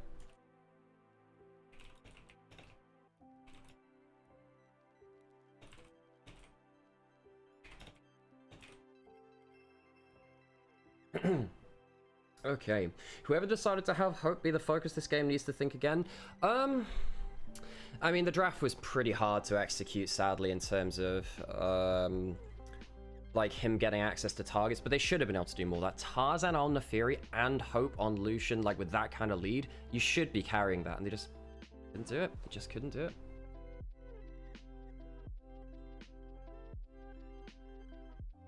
it. Do you know any Valorant co-streamers that I could lend my watch time to? I don't really know. No, I don't really know that many. Yeah, I don't really know that many Valorant people on the whole.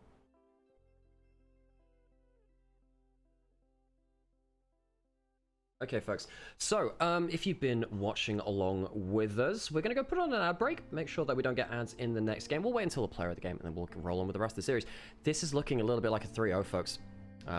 Who's the player of the game? I'm going to imagine it's going to be Bin, folks. I'm going to imagine it's going to be Bin. Very good Jace game. Might actually be Knight, though, for the Realm Warps. I mean, the Realm Warp Alistair plays were... The game changes, I think. It's between Knight and Bin, I think. Between them. Depends who you attribute the play to in terms of the Realm Warps. Do you give it to the Alistair, or do you give it to the Rise?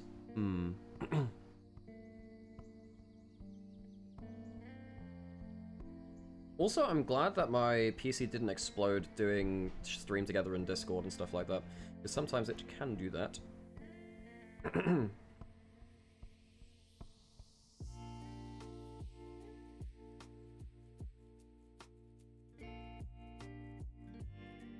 Oh, gotta get rid of those adverts.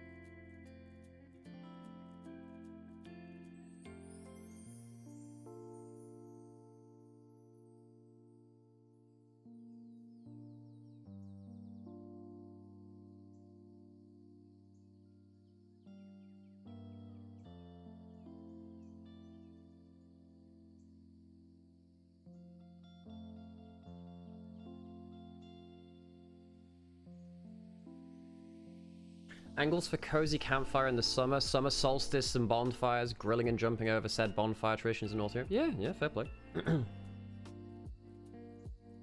Okay, so we're gonna go take a quick break. We're gonna go to an ad break. Thank you again for supporting us and the channel. Player of the game, I'm going to imagine it's Bin. There you go. Bin. And by the way, if you want to support us, we do have an Opera GX sponsorship for this month. You can see that 37 people signed up, which really does help us, by the way. Really, really appreciate everyone taking the time to check out that gaming browser. Really cool. Gives you a ton of flexibility. You can import your settings from old browsers as well. So, you know, even if it's not for you, no harm, no foul in trying it, right? Maybe you'll find out you'll like it. Very good game from Ben.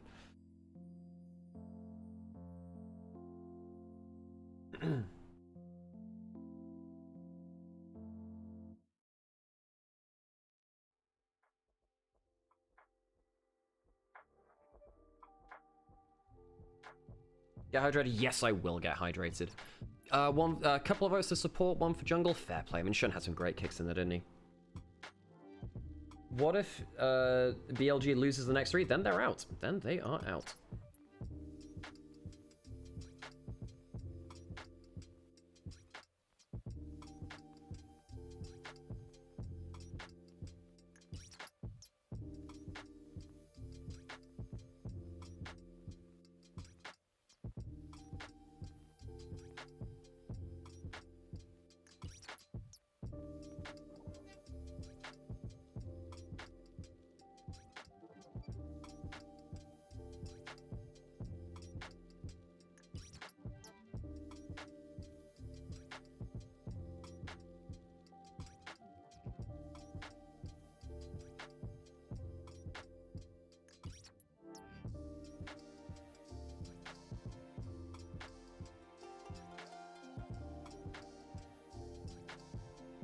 Okay, I gotta go put cameras back on so we don't get issues with these adverts.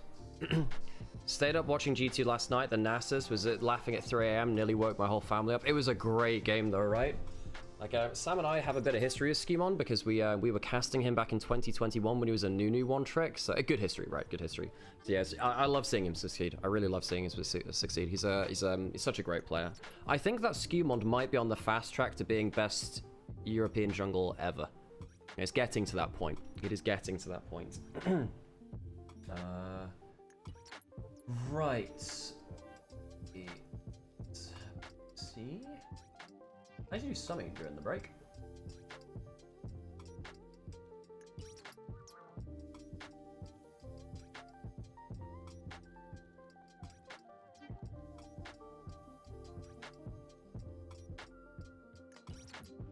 Maybe. Oh wait, I haven't done my Uma. I haven't done my Uma runs today. Maybe I should do them.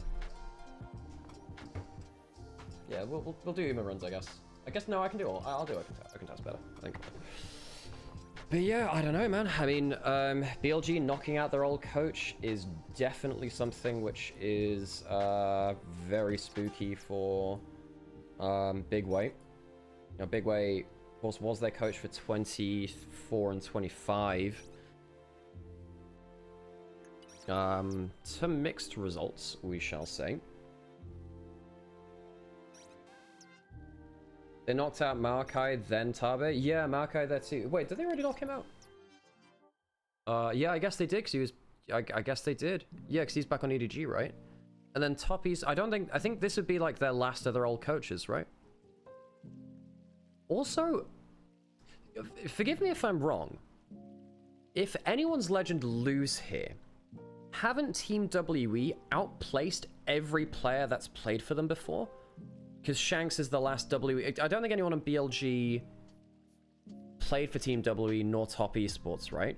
I think WE might have outplaced every single player that played for them if AL get knocked out.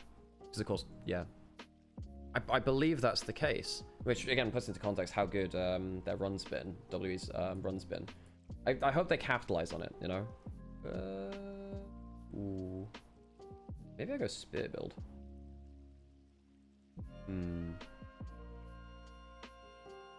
Yeah. Do this. Oh, screw it, we'll freeze it. We're not gonna level up, we're gonna do something different. Do we win this? I don't know if we win this. Maybe we do just about. They definitely outplaced Joma. Yeah, true. Oh, I technically Teachama. Yeah, I guess. Wait, hang on. Wait. Where's Teachama coaching right now? Actually, forgot about that. Okay, well, I want both of these. I'm not leveling up. This is not something I typically do, like hyper level up strats. Wait, no, oh, AL. Right, gotcha. Cool. Okay, well, at least we're winning early, and now I need to just like perma level up. I need to perma level up. 305. I kind of want the extra HP. Well, I gotta take that now is the problem. Okay, that's not bad.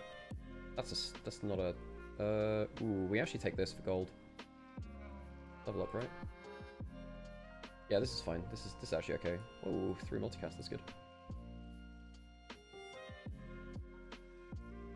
Curry in LPL stream. Sam and I eat a lot of curry. We make curry is like our favorite food to cook, I think, on the whole. Why am I no longer casting LEC? Because they didn't book me. And there's no hard feelings or anything. I mean, yeah, they didn't choose to hire me for this year. I'd love to, but yeah. Irish weapons. We can do this actually. It's because we've got multicast. Maybe that was a mistake actually. I want this. But no, I'd love to. I'd love to go back and cast LEC. I hung out with a lot of the LEC casters yesterday at the LEC studio because it was the. I will pass the check as well. I appreciate you. These spears doing some work. I do actually need to get like a useful spear at some point though. Yeah, sure, why not? Do I get this and go for? No, I don't.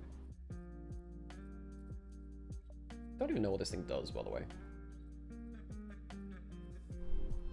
Compliment for TFC. Would you like a compliment for yourself or for something else? Can you believe the Jaculov most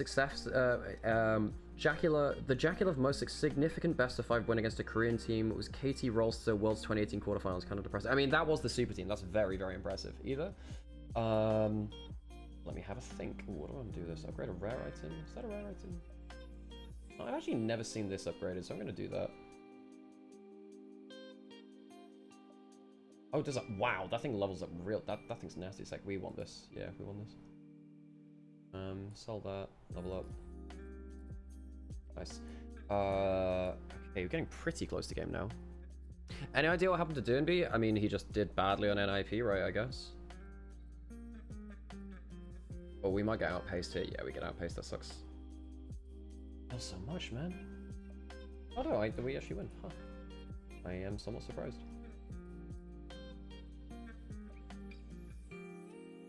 You're good, Sam?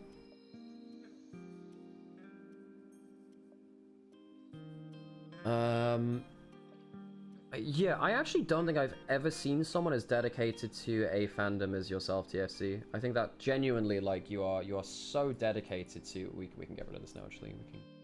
This doesn't. Sell this. Well, that applies bleed. We actually want a bleed item. Bleed item's good. Yeah, I've never seen someone as dedicated to like an individual like player as yourself, TFC, and I think that's really admirable. You really stick with the shy through thick and thin. Oh, how are we feeling, folks? Yeah, pretty good. Everyone enjoy. How are people feeling about the quick shop collab? Yeah, I think I had a great time. I had a lot of fun with I enjoyed that a lot. I enjoyed that an awful lot. And it's nice to sort of just do some collaboration stuff with people we really like. Trev's great people. Yeah, for sure.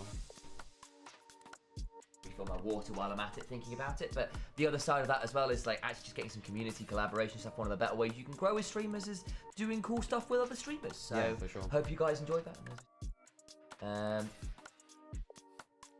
And again, any feedback is super appreciated because again, it's our first time doing that in a little while. Yeah. So if you're saying, hey, this could have been done a lot better, all those kinds of stuff is super helpful, and promise we won't take it badly.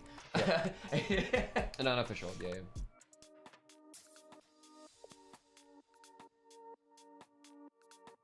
Oh wow, that's a lot of damage. Yeah, we're getting destroyed by that. It's incredible. Yeah. Well, appreciate you all.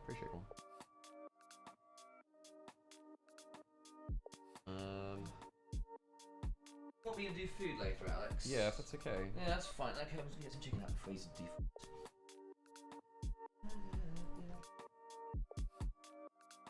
I'm actually applying debuffs. problem to do this. I do want that for the lead stacking.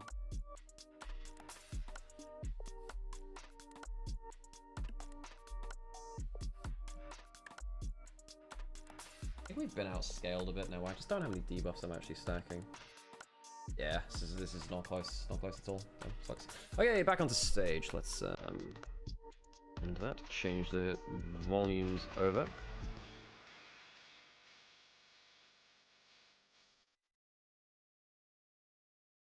Okay, now we get close to game 3. I mean, it's 3 match points for BLG. LPL long pause league. Oh, it's not that long. Come on. Could be a lot worse.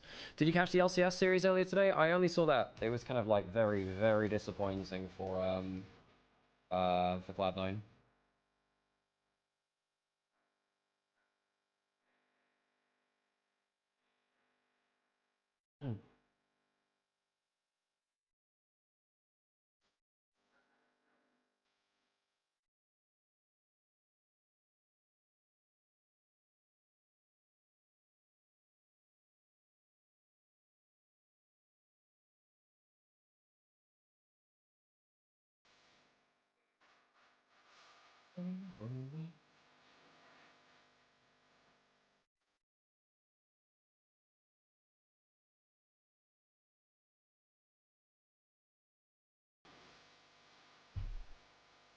Who ended up getting MVP for game? Ben. I mean, not a surprise, he was. But I mean, but in some ways, there was some serious team play to make that happen, right? Because I think AL were in a very good spot in that game, and BLG, as we've been seeing, have been more than willing to put a lot of resources into top side of the map, get their solo lanes fed, play for grubs very aggressively, and then say screw the early dragon, screw the early bot lane. We will use that lead to take over the map. But that takes a very significant level of macro, particularly in the mid game, to leverage the advantages you do have to get into a good spot in game.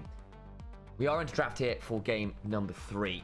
It is 2-0 to BLG, but anyone's legend have not been without their own moments of serious firepower. The 2-0 in some ways does a disservice to how close this has been. It may well still be a 3-0, because I think AL have lacked the lethality. I don't mean that in terms of the statistic in League of Legends, the attribute. I mean that in terms of that ability to clutch out late game stages, and it hasn't been there around those big later game moments. Right now, AL will first pick the Ezreal. Hope got fed on Lucian and struggled to leverage that later. I won't entirely blame him. I don't think it was all on the Lucian. The rest of the map wasn't setting up for him particularly well, but it's still very frustrating when you're the person with the lead and you're unable to turn that into a game win condition. The response will then be the Karma, which is another one of those very powerful moments. You can go Jhin with that. You can go Sivir. You've got options. In fact, you might be able to tank 280 carry bands and focus your draft somewhere else. Angie with the 290 stream streak as well. Thank you so much for the store, love. I hope you're having an okay day. Yeah. Hi, Angie. Yeah. Everyone give Angie a happy birthday for the other day as well. Been a few days, yeah. Oh, Bard is still available. There's no way they take it with the Karma. I was actually wondering whether they'd do like a Karma mid or top or something weird like that. The Bard's going to go over. It's a nasty lane for Annual's Legend, and Kyle, of course, a great player that champion too. When Annual's Legend are at their best, Tarzan and Kyle are doing some mad work. But it hasn't felt like they've been able to do that today. This is a complete tangent, but this champion select music is straight out of Mass Effect's Fawn song. It's so good. It's very synthwave, yeah. I can't do this on my own.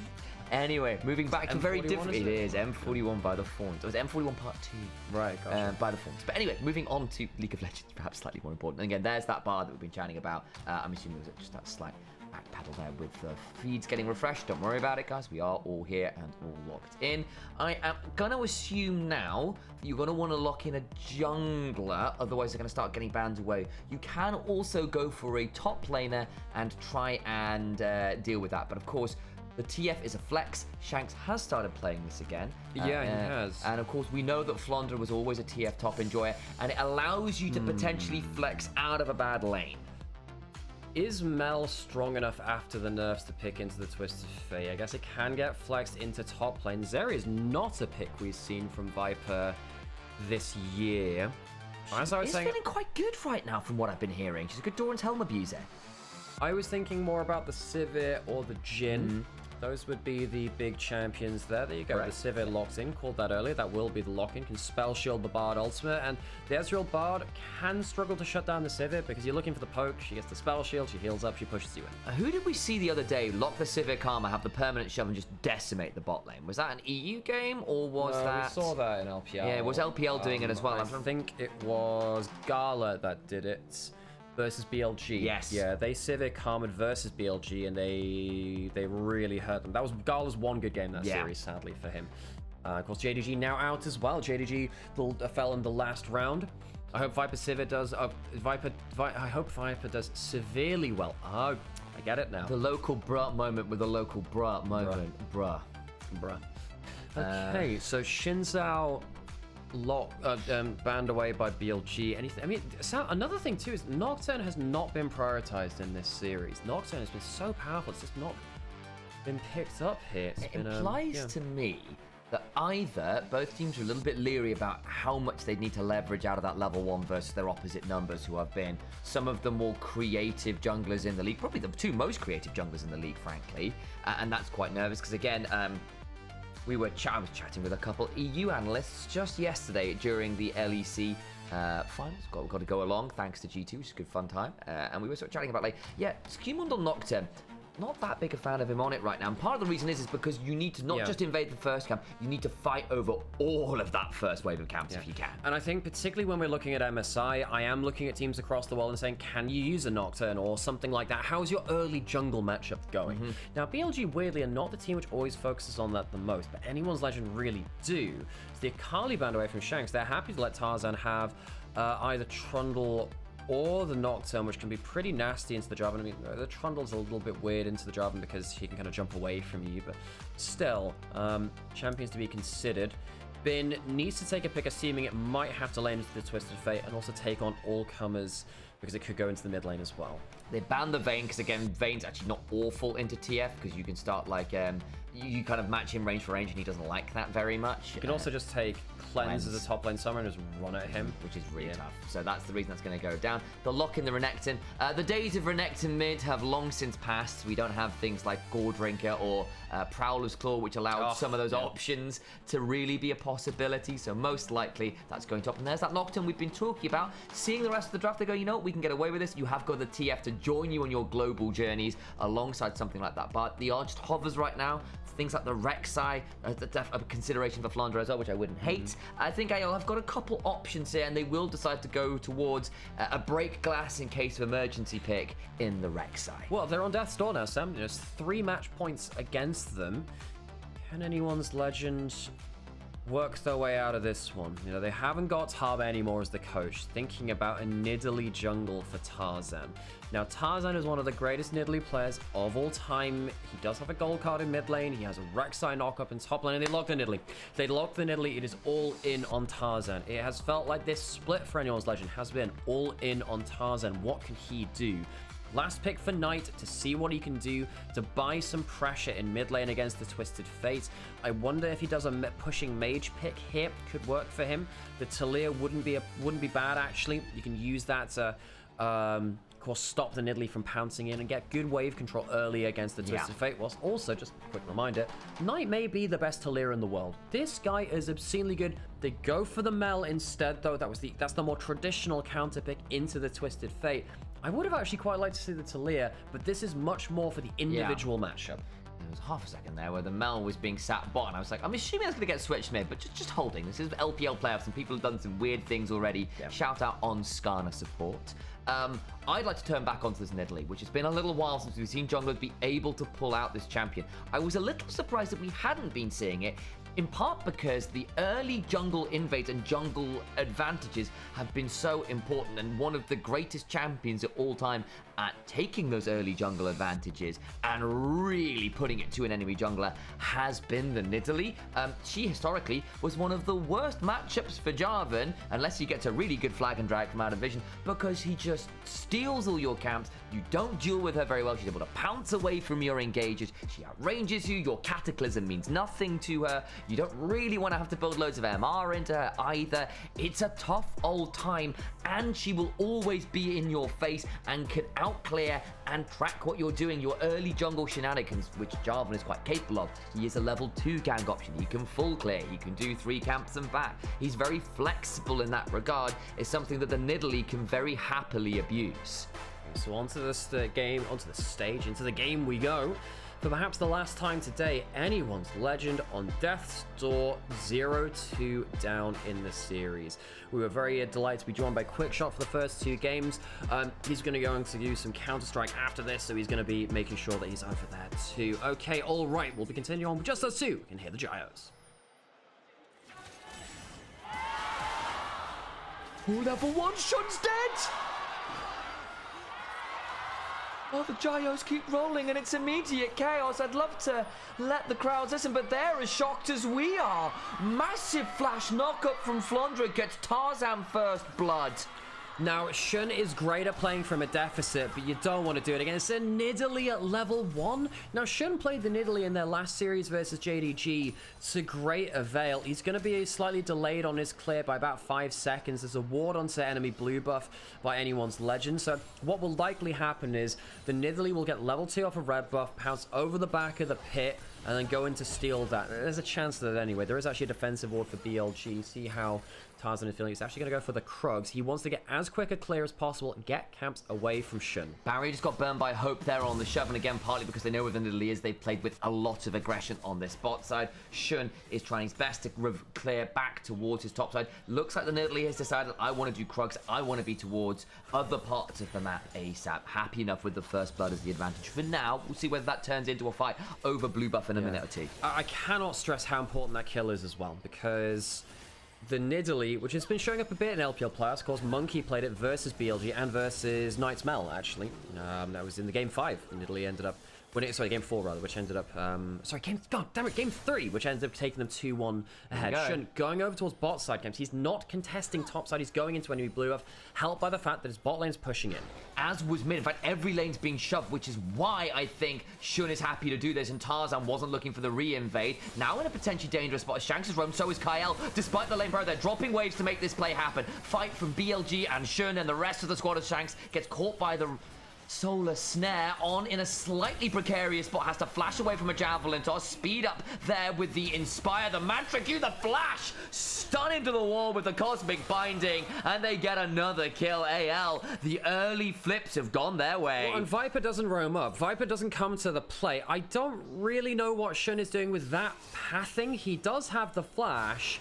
Maybe could have used that to get out to safety, but now suddenly On has paid the price of Shun's quite bold invade. I think that's a big mistake by Shun. Died at level 1, obviously not great, didn't walk up with enough support. It was a great punish by Flandre, but invading right there just felt too far, Sam. They had shove in every lane, so it has cost AL 10 CS in both mid and bot. Yes, but BLG don't capitalize well enough, I don't think. I don't think they do. Hope gets the kill, so he's happy with that. He's going to go for a first item tier now at any point he wants. He's got the gold for it off of that kill, and it does feel like, again, Sam, it's gonna be on Knight and Bin to carry BLG out of the rut. The first 2 games are a little bit like that too, where it felt like anyone's legend we're doing quite well on the rest of the map. Now Kyle could roam mid. Shun is just on the other side of this. Knight just wanting to gets the bar cube back onto Kyle for the wall stun. Rare to see that one.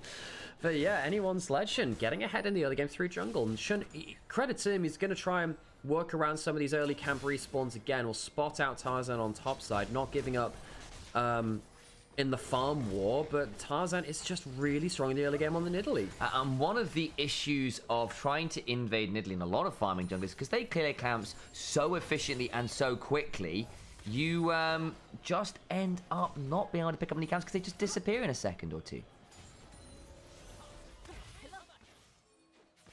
All the while, we're now looking towards bot lane here, just for a second or 2, seeing that shove in, and Viper is actually up a lot of farm now.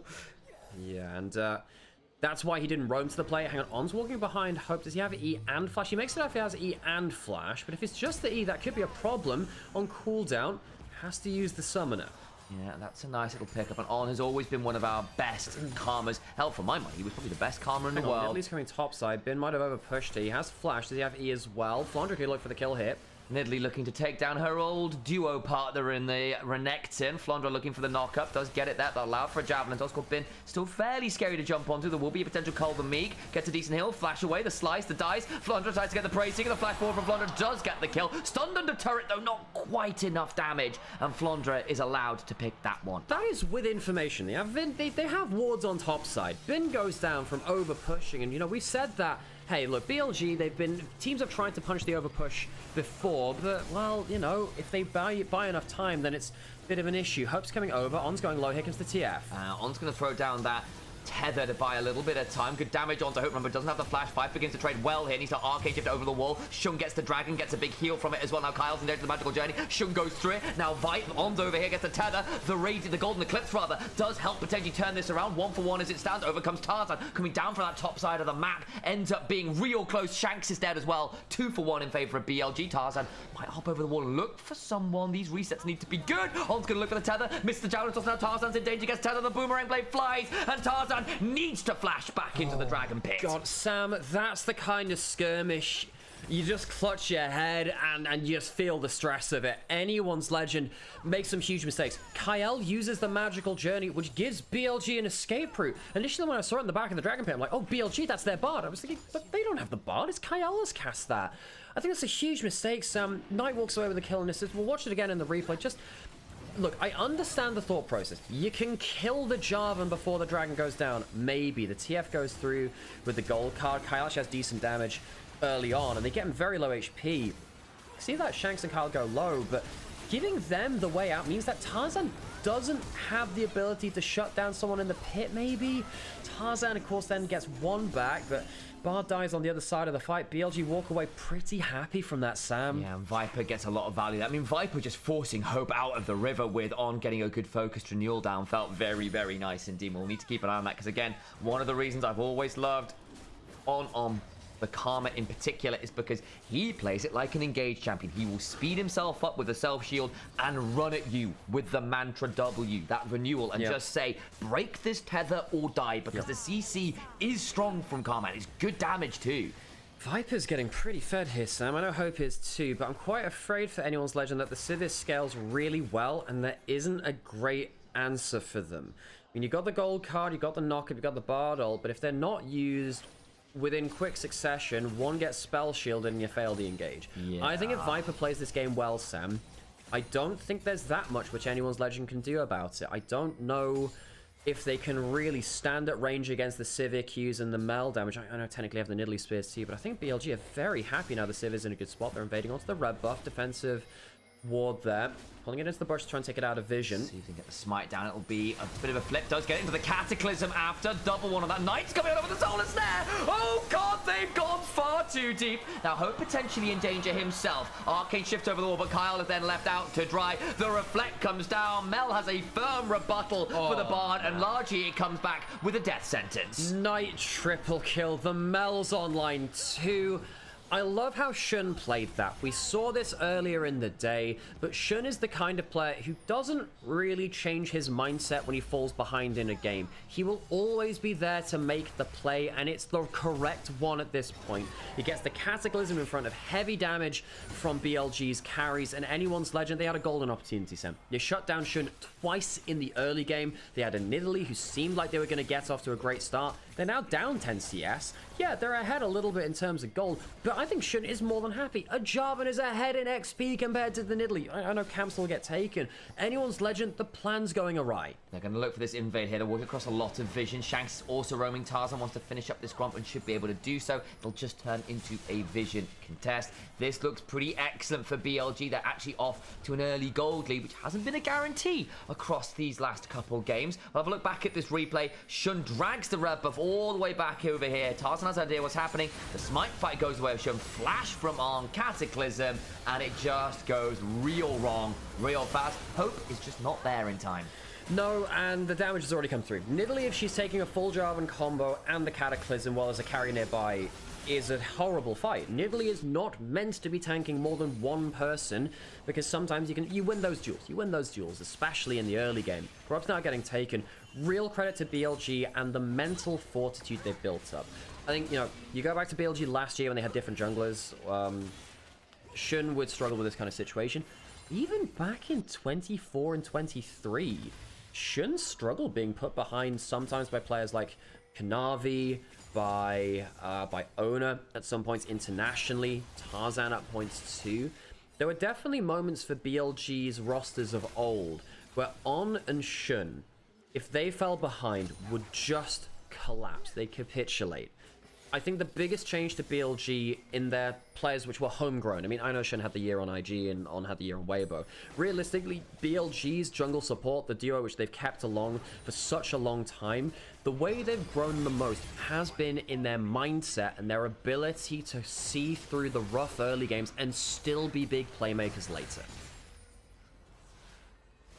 Okay, Knight now very, very fed. Of course, the last time we saw the Mel, there was a 12-1 Mel that still lost from Knight. It's one of those champions where sometimes the early snowball very strong. The W's not the oppressive part of this kit, guys. It's the early snowball that's pretty bloody ridiculous, and the pretty oppressive chunking that she does. It gets a little harder if she starts having to go backwards in team fights. She's not very long range. Play into the river here. Destiny into gate. Gold card onto On. The flag and drag through 3. Shun defends his support, but maybe not enough. They have lost the Karma, but Shun gets gold carded. Hope buys some time. The flag comes down regardless.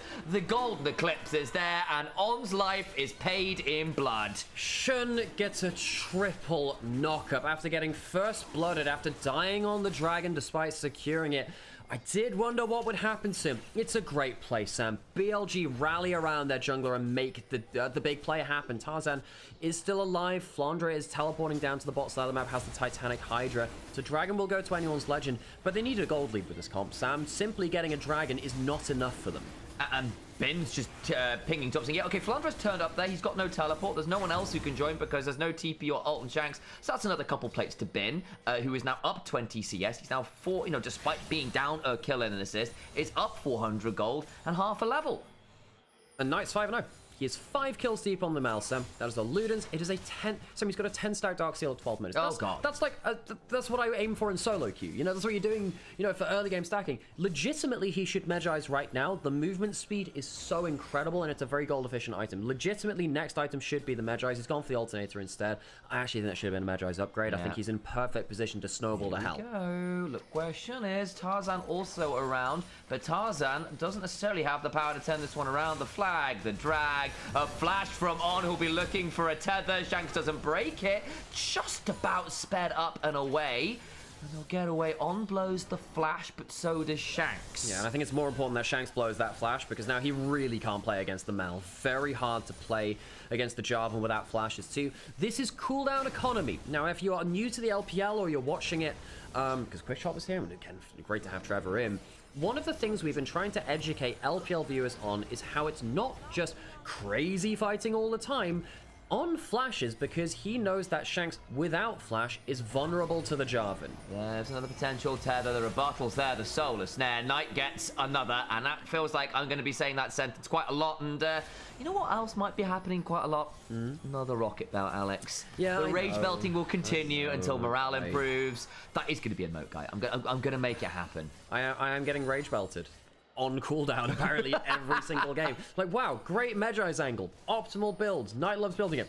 Even Knight has fallen prey to the belt meta. When they said bring out the belt, I didn't think they'd mean it in this way, Sam. No.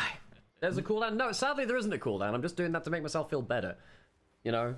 Yeah, everyone can build it at any moment. You just have no idea. There's a Nidalee with Proto Belt first. You know, anyone can build it. You're not safe from it. I mean, Nidalee's a really good abuser of Rocket Belt. No, yep. Nidalee's good for that. Yeah, that one's fair. And in fairness, I actually don't mind it on Mel either. There are some champions I don't mind it on. Immobile mages, I mean, even on someone like Victor, we saw in LEC, I don't mind it on that either. It's a very efficient item, gives you HP, gives you cooldown, gives you AP, and it gives you that mobility, which is very helpful. Stumble on the hang on second. Hope. Instant death. No flash, well pushed up. I think this is where Viper's anyone's. running at this. I think this is where anyone's legend story ends, Sam. Shun's coming on over. Viper baits in a potential 2v3. Viper's dead. Well, okay. Both AD carries have a moment, but Shun was at least there to defend this one. So it does end up getting traded quite well. Bin's TP'd in. The gold card will buy some time, but there's a flash, a slice, a dice, a culling of the meek. And the Ruthless Predator will help stun up Shanks, and they will pick up another. Viper trades his life for the play. What a stat check from Shun! Just walks up and says, okay, Viper's gone too far, but I'm fed. See? Yeah. I'm really fed. Bin teleports in 2. He's got a full stack cult. Sam, the gold lead from Bin was like 400. It's now almost 2,000. In fact, if he takes this, it will be a true 2,000 gold lead. Knight's done that through just raw bloodshed by getting 6 kills on the Mal. Knight is currently alone on top side.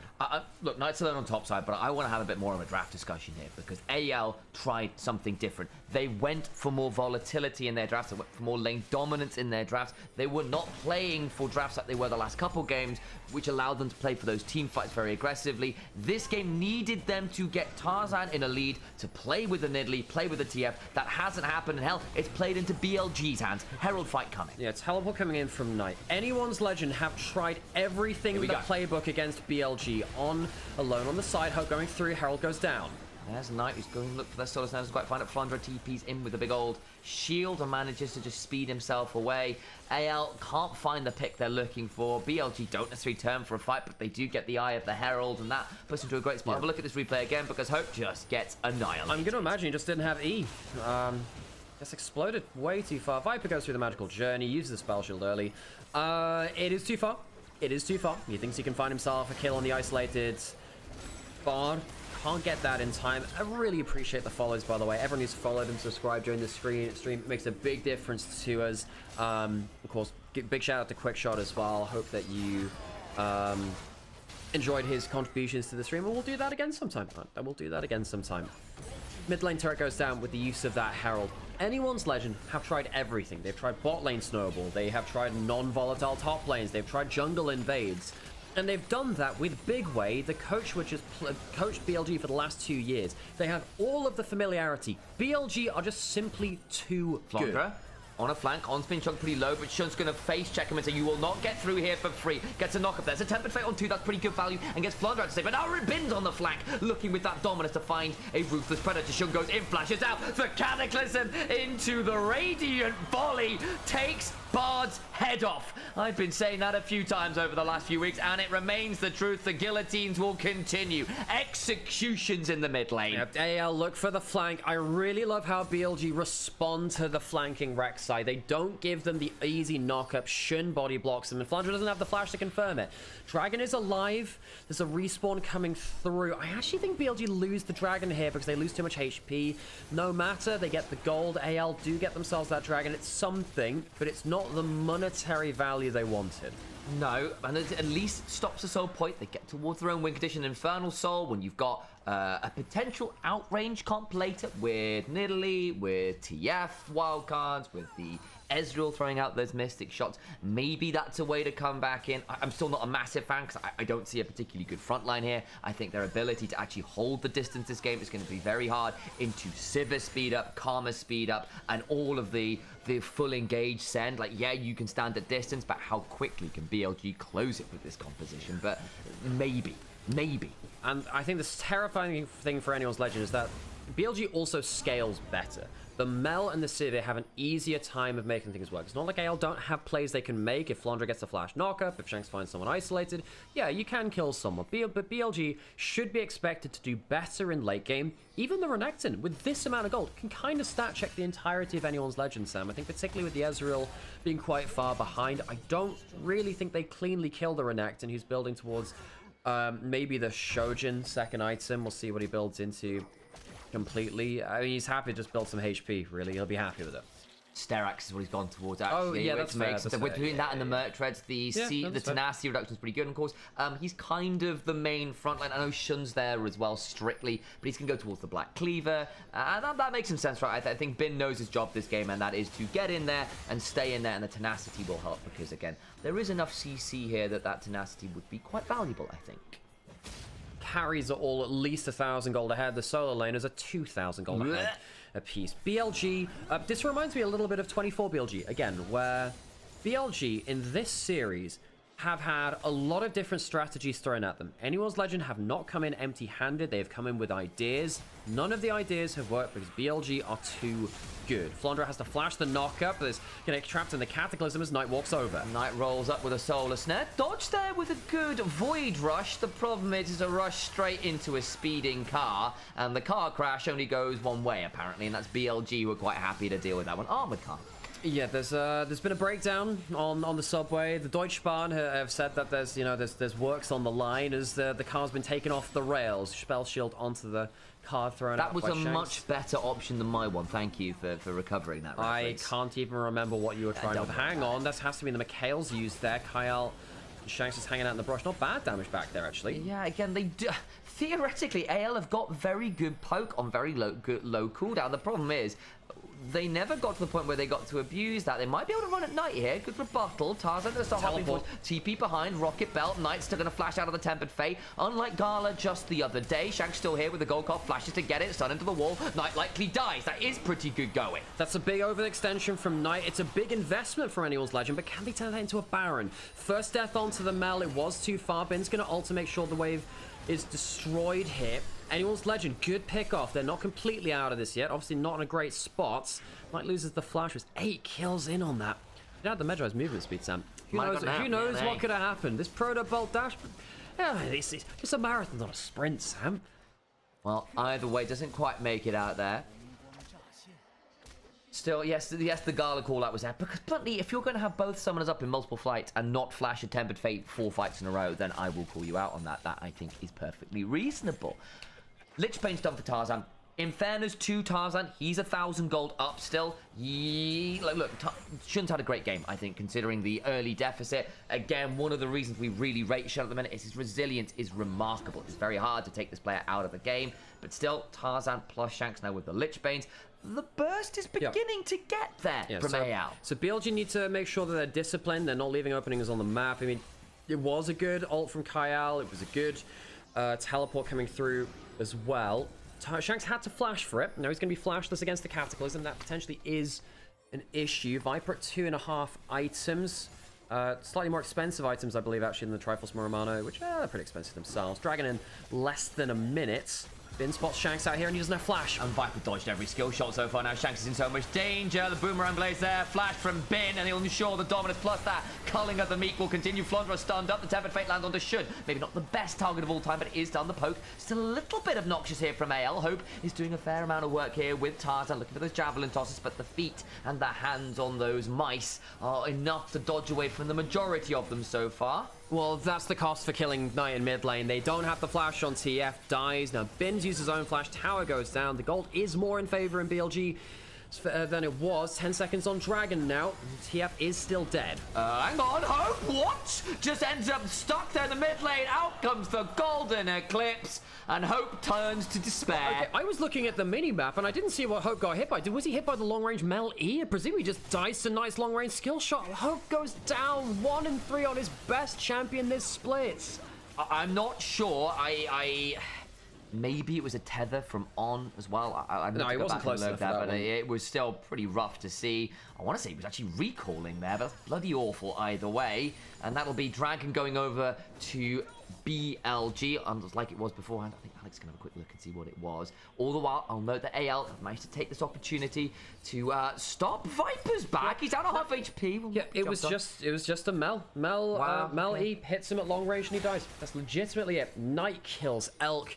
It's not Elk. Oh gosh, Hope. Sorry, I just see these champions. I'm like, wow. Yeah, Hope goes down. Knight's gone for Lich Bane third, by the way, for additional bit of upfront burst. The move speed's also really good. There's a bit of CC on the Tarzan, who goes golden, but I think he might be Trey claiming silver this time around. The Cataclysm again is multi-man. Shun just about left. They body blocked the Mystic shots to keep him that way. Flandra has turned up. It's only the 1 kill, and again, AL still able to do enough damage here that I think BLG might be a little leery of starting Baron. Baron. That said, Knight is over Yeah. the back of the Baron pit and threatening some more. Yeah, the Lich Bane's for the movement speed. I think it's for the movement speed. It gives you the 6% now. I'll tell you what else gives you movement speed is a Back Magi's. to 10 stacks again, so you can justify it. Magi's Lich Bane is one of the most powerful duo items in the game. I love building it on Ahri because it means that even without using dashes, you're so hard to close down, and then when you use your dashes or your big skills, you're in a better position to use it, and the enemy player is kind of has that subliminal pressure put onto them because they're so outspeeded, really. Knight has the Magi's there. He has the Magi's Lich Bane. The reason he's doing this is now he has a permanent 16% move speed increase. You have your W for extra movement speed as well. Knight is very, very fast. This is the best build on champions like Ahri as well, but champions like Mel, typically very immobile, having a Protobelt and double move speed items is legitimately game-changing. And you've got a Sivir with ult behind you. You've got a Karma who I suspect will be pulling up a Shirelius at some point this game as well. Your move speed differential will be very, very high, and if you're going to trust someone to just use move speed to out-hands check someone, Knight will do it. We remember those conversations about Faker doing that a decade or so ago. Other players have learned the way since then. Yeah, 2016, Faker, just give him move speed, carry a game. 2015, 2014, 2013, all of them really. Give you that. Now, with Knight with this kind of move speed, means that if the TF doesn't port into a really good spot, he can just run away from them. Spell shield onto the Bard, ults. A stun there on Shim, but he gets to back away just fine. I'm noting again, Knight at 10-1. My days, this Mel is unbelievably fed. You know, normally we see TFs ahead in gold because they print money quite literally with the stack deck passive. Not today. No. Not into Knight. Bin's just picked up a death stance, so he's even harder to kill between the double tenacity and that additional bit of ability to shrug off the poke and the burst. There's a Shirelius from On. We want move speed, you've got move speed. Kyle, he's desperate to find some vision, and Shum was just waiting. Knight even gets this reflected spear onto Tarzan, pops the ult, and Tarzan loses a third of his HP. So that's just a dead support. Kyle last year, I think, was the best support within the LPL. This year, without Tabe behind anyone's legend, they've not been able to get the engine running, whereas BLG are firing on all cylinders. Teleport into the pit, Baron contest coming through. Knight's going to throw down the rebuttal, flash for the gold card, flash away from Knight. Now Bing goes in with all that move speed. Shirelli is active and Shanks goes down. Tarzan needs to keep running away. That little Google Knife is the most fun as Hope. Desperate to arcade shift to get anything. But Viper tosses out the boomer and it comes back with Hope's corpse attached. Bin on the other side looking to potentially slice over the wall. Will dice away and gets a big old shield from a Mantra E. The Inspire will ensure that Renekton gets out safe. Anyone's legend didn't come into this series without inspiration and without ideas. They're just simply getting outplayed too much. The gold lead is too much. He's 1v3. He's in a 1v3, and Sam, I think he likes those odds. Oh, I think he does. The Sterex procs on the slice, some more dominance, the knockup. Knight's here. Bing gets one. He's got a void rush towards him. He's still alive. Finally, he falls, but the Crocodile raid boss brings down the whole of AL's party. I just came off the Final Fantasy 14 World Race. That looks like they found another ultimate raid to go through. Well, he looked laughing mad for a second there. I think he's pretty happy to be the person who's not on the end of that joke, though. Knight initially, bad face check, does end up reflecting the Ezreal Q rather than the gold card. Has enough move speed in the flash, though, and Shanks is out of range that they can't capitalize. Thought initially that could have been the mistake which allowed anyone's legend into a good position. Hope gets massively DPS checked. Tries his best, not bad combo from him, but against the Civ with this many items and a Karma behind them, yeah, good luck with that. Bin, I mean, what an insane plane for him to end it out, though. We were worried that the Renekton might just stat check. He eats an Italy spear. It doesn't matter. He gets a 3-man Q for the healing. The Conqueror gets stacked so quickly. The Sterex gives him the extra staying power. Flashes for the E2. Tarzan cannot do anything but run. They do end up getting the kill back onto him, but at what cost? Baron's down, Dragon's up, BLG, huge control. I'm going to pick up Soul Point here as well. AL are nowhere near in position to contest, and just look at the individual gold leads at this point. Viper is happily at 3.5 items, 2.7k ahead. Knight is 4.6 thousand gold ahead of a Twisted Fate, who's been farming just fine and has got a 24-stack Magi's. Never mind Gigabin, who at this rate is getting upgraded to Terrabin, a reflect on the True Shot Barrage. Tags Hope, his own skill shot. Shun does flag and dragon. He's got a GA. I don't think he's at massive risk here. He does flag back towards the rest of the team. A little bit bold. He'll be all right. Is this an HP? Biscuit Viper's going deep. That might just kill Kyle himself. Oh, there goes Viper to follow. And the Cassiopeia was played in game 1. It turns out the real serpent was in BLG's bot lane all along. They'll break down AL. The rest of the series has been close. Quick shot leaves and it suddenly turns into a Bilibili gaming slaughter fest. They hang them up on the meat hooks, aged well, and ensure they will be going on for a vengeance match against WE next weekend. BLG take down their old coach and make anyone's legend into just another footnote in their own story. The golden road will continue. They stumbled once in the upper bracket. It just made them angry. They turn up next weekend and they will smile that shark's grin at WE. Look who's coming back for round 2. We have our lower bracket final matchup. BLG will play a best of 5 against WE for MSI berth. And they'll go into the finals if they win to face off against Top Esports waiting there. Anyone's Legend was simply second best today. It was just not close. They tried 3 different strategies and 3 times they failed. BLG, clearly the better team, and the jewel from Anyone's Legend will be interred onto that trophy. BLG keep theirs attached to their captain's chest for now. Knight will take that little symbol of Anyone's Legend's demise, put it onto the trophy. Just another team that falls along the wayside. Everyone else is just paving that road to victory. Footnote, perhaps, quite literally. Beneath the heels of BLG and the rest of the teams remaining, our final teams in the LPL Spring Playoffs will be Top Esports awaiting the finals, WE, who will stare down against the team they kicked down to the lower bracket. In BLG, Anyone's Legend bow for the final time this split. Their dreams of MSI ended. Well, if you've enjoyed today's stream, whether it was with us or with Quickshot earlier as well, please drop a like, a follow, subscribe. And if you want to see more content like this, please think about, clipping stuff out of the stream, talking about it on social media. And of course, coming back for more. We'll be back with LPL next weekend. Been flexing the muscles there a bit. I'll be streaming a little bit during the midweek. I'm doing some non-LPL stuff, so tune in here when you can. And yeah, we appreciate each and every one of you. We wouldn't do this if we didn't have you as part of our LPL community. The LPL as a community is one which has suffered a lot over the last few years. We lost our official broadcast. It's been hard to find a home with all of these split co-streams as well. We're trying to create our own little corner of the LPL community, and we're very glad to welcome you into it. And with that in mind as well, guys, a little bit of a shout on my own end. Obviously, I've just come off doing the Final Fantasy XIV World Race there. Kefka finally fell yesterday evening. Congratulations to DN, who cleared that one on stream the first as well. Really good work from them. It was a very close run thing. But one of the charity goals, as we raised well over $100,000 for kids in hospitals, which is a remarkable achievement, was we raised, I think it was $5,000 in about 40 minutes while I was on stream for the first time. And the prize of doing so was that I now owe chat a full Final Fantasy XIV playthrough, but with some cosplay requirements. So I will now be doing a Bunny Thancred Final Fantasy XIV playthrough on my own stream at some point.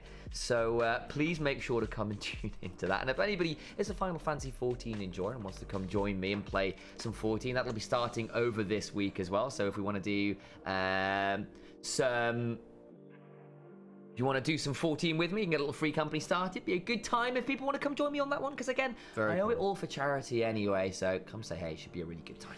Very cool. Well, TAC is a big 14 player to see that as well. Thank you, everyone, for joining us. Not really sure what we're going to do with the rest of the day. Thank you, Parky, by the way, for the gift subs at the end. I appreciate all the pennies. Gift subs there. Yeah, I appreciate everyone. Everyone give Quickshot a follow as well. He'll be doing some extra LPL content, and hopefully we'll get to team up with that. Like we said, we might be able to do something in person. We'll have to figure out the ins and outs of production. It's a thing, trying to do it in a bedroom, quite hard to do it. We can figure it out. Anyway, maybe first day of regular split, maybe first day back for LPL, we can do something special. That'll be a good time to do it. But yeah, for now, we'll chill out. We'll watch the player of the game, the player of the series, and then we'll go on our way. What's your plan, Sam? I probably get some recording done today. I was thinking about streaming, but I think with the amount I've been doing over the last few days, probably sensible if I give myself a little bit of a vocal break. because I've got some more recording to do today. I'll probably make us some lunch, is probably what I'll do. Perfect, cool. Let's look at these post-game stats. I'm going to imagine there are some horrific damage numbers from the solo laners. Yeah. I mean, Knight was on something else on that, Mel. Crazy, crazy, crazy. Oh, Anyone's Legend, they just weren't good enough, were they? I think that they just didn't know how to approach the early fights. I think that on the whole, I'm trying to think if there's any one player that got massive. Well, I mean, Knight was far better than Shanks, but I don't even think Shanks played like terribly. Hope wasn't great. Was it all on him? No. I think that BLG's drafts were... They knew how to play them better. The solo lane diff was kind of intense. Just randomly getting 1,000 gold leads from solo lanes like this is kind of untenable. Oh, gosh.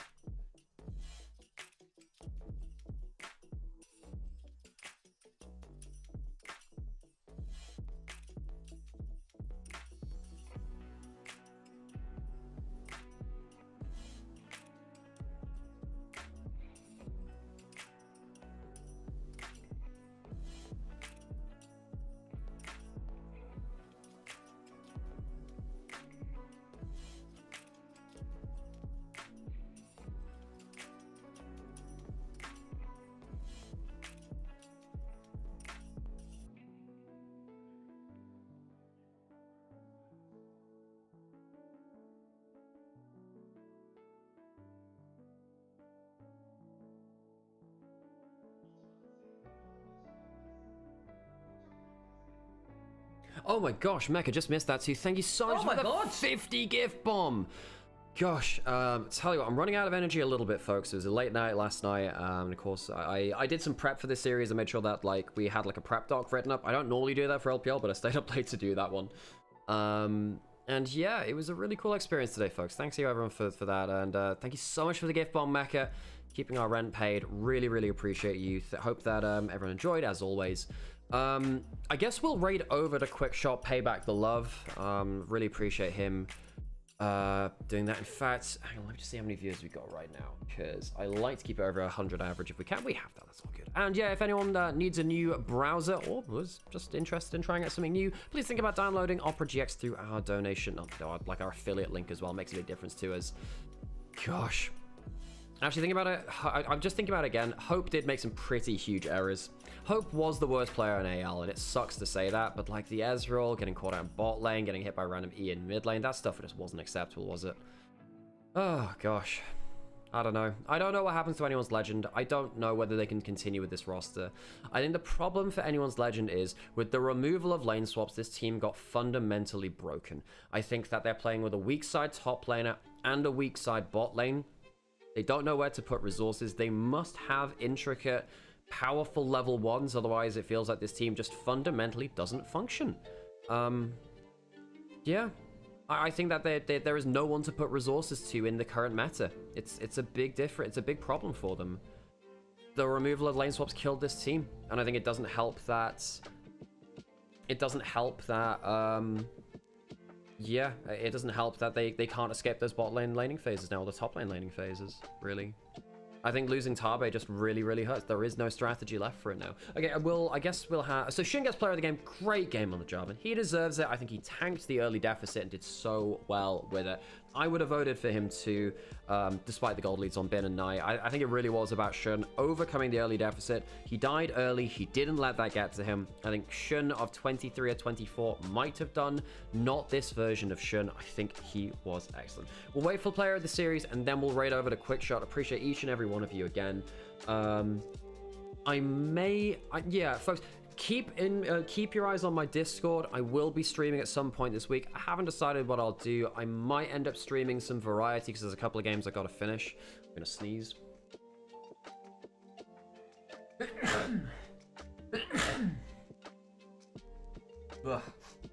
I did take my antihistamine. It's just not enough in this weather sometimes. We'll wait for the player of the series. We'll raid over. Thank you everyone for joining us, and we'll see you next time.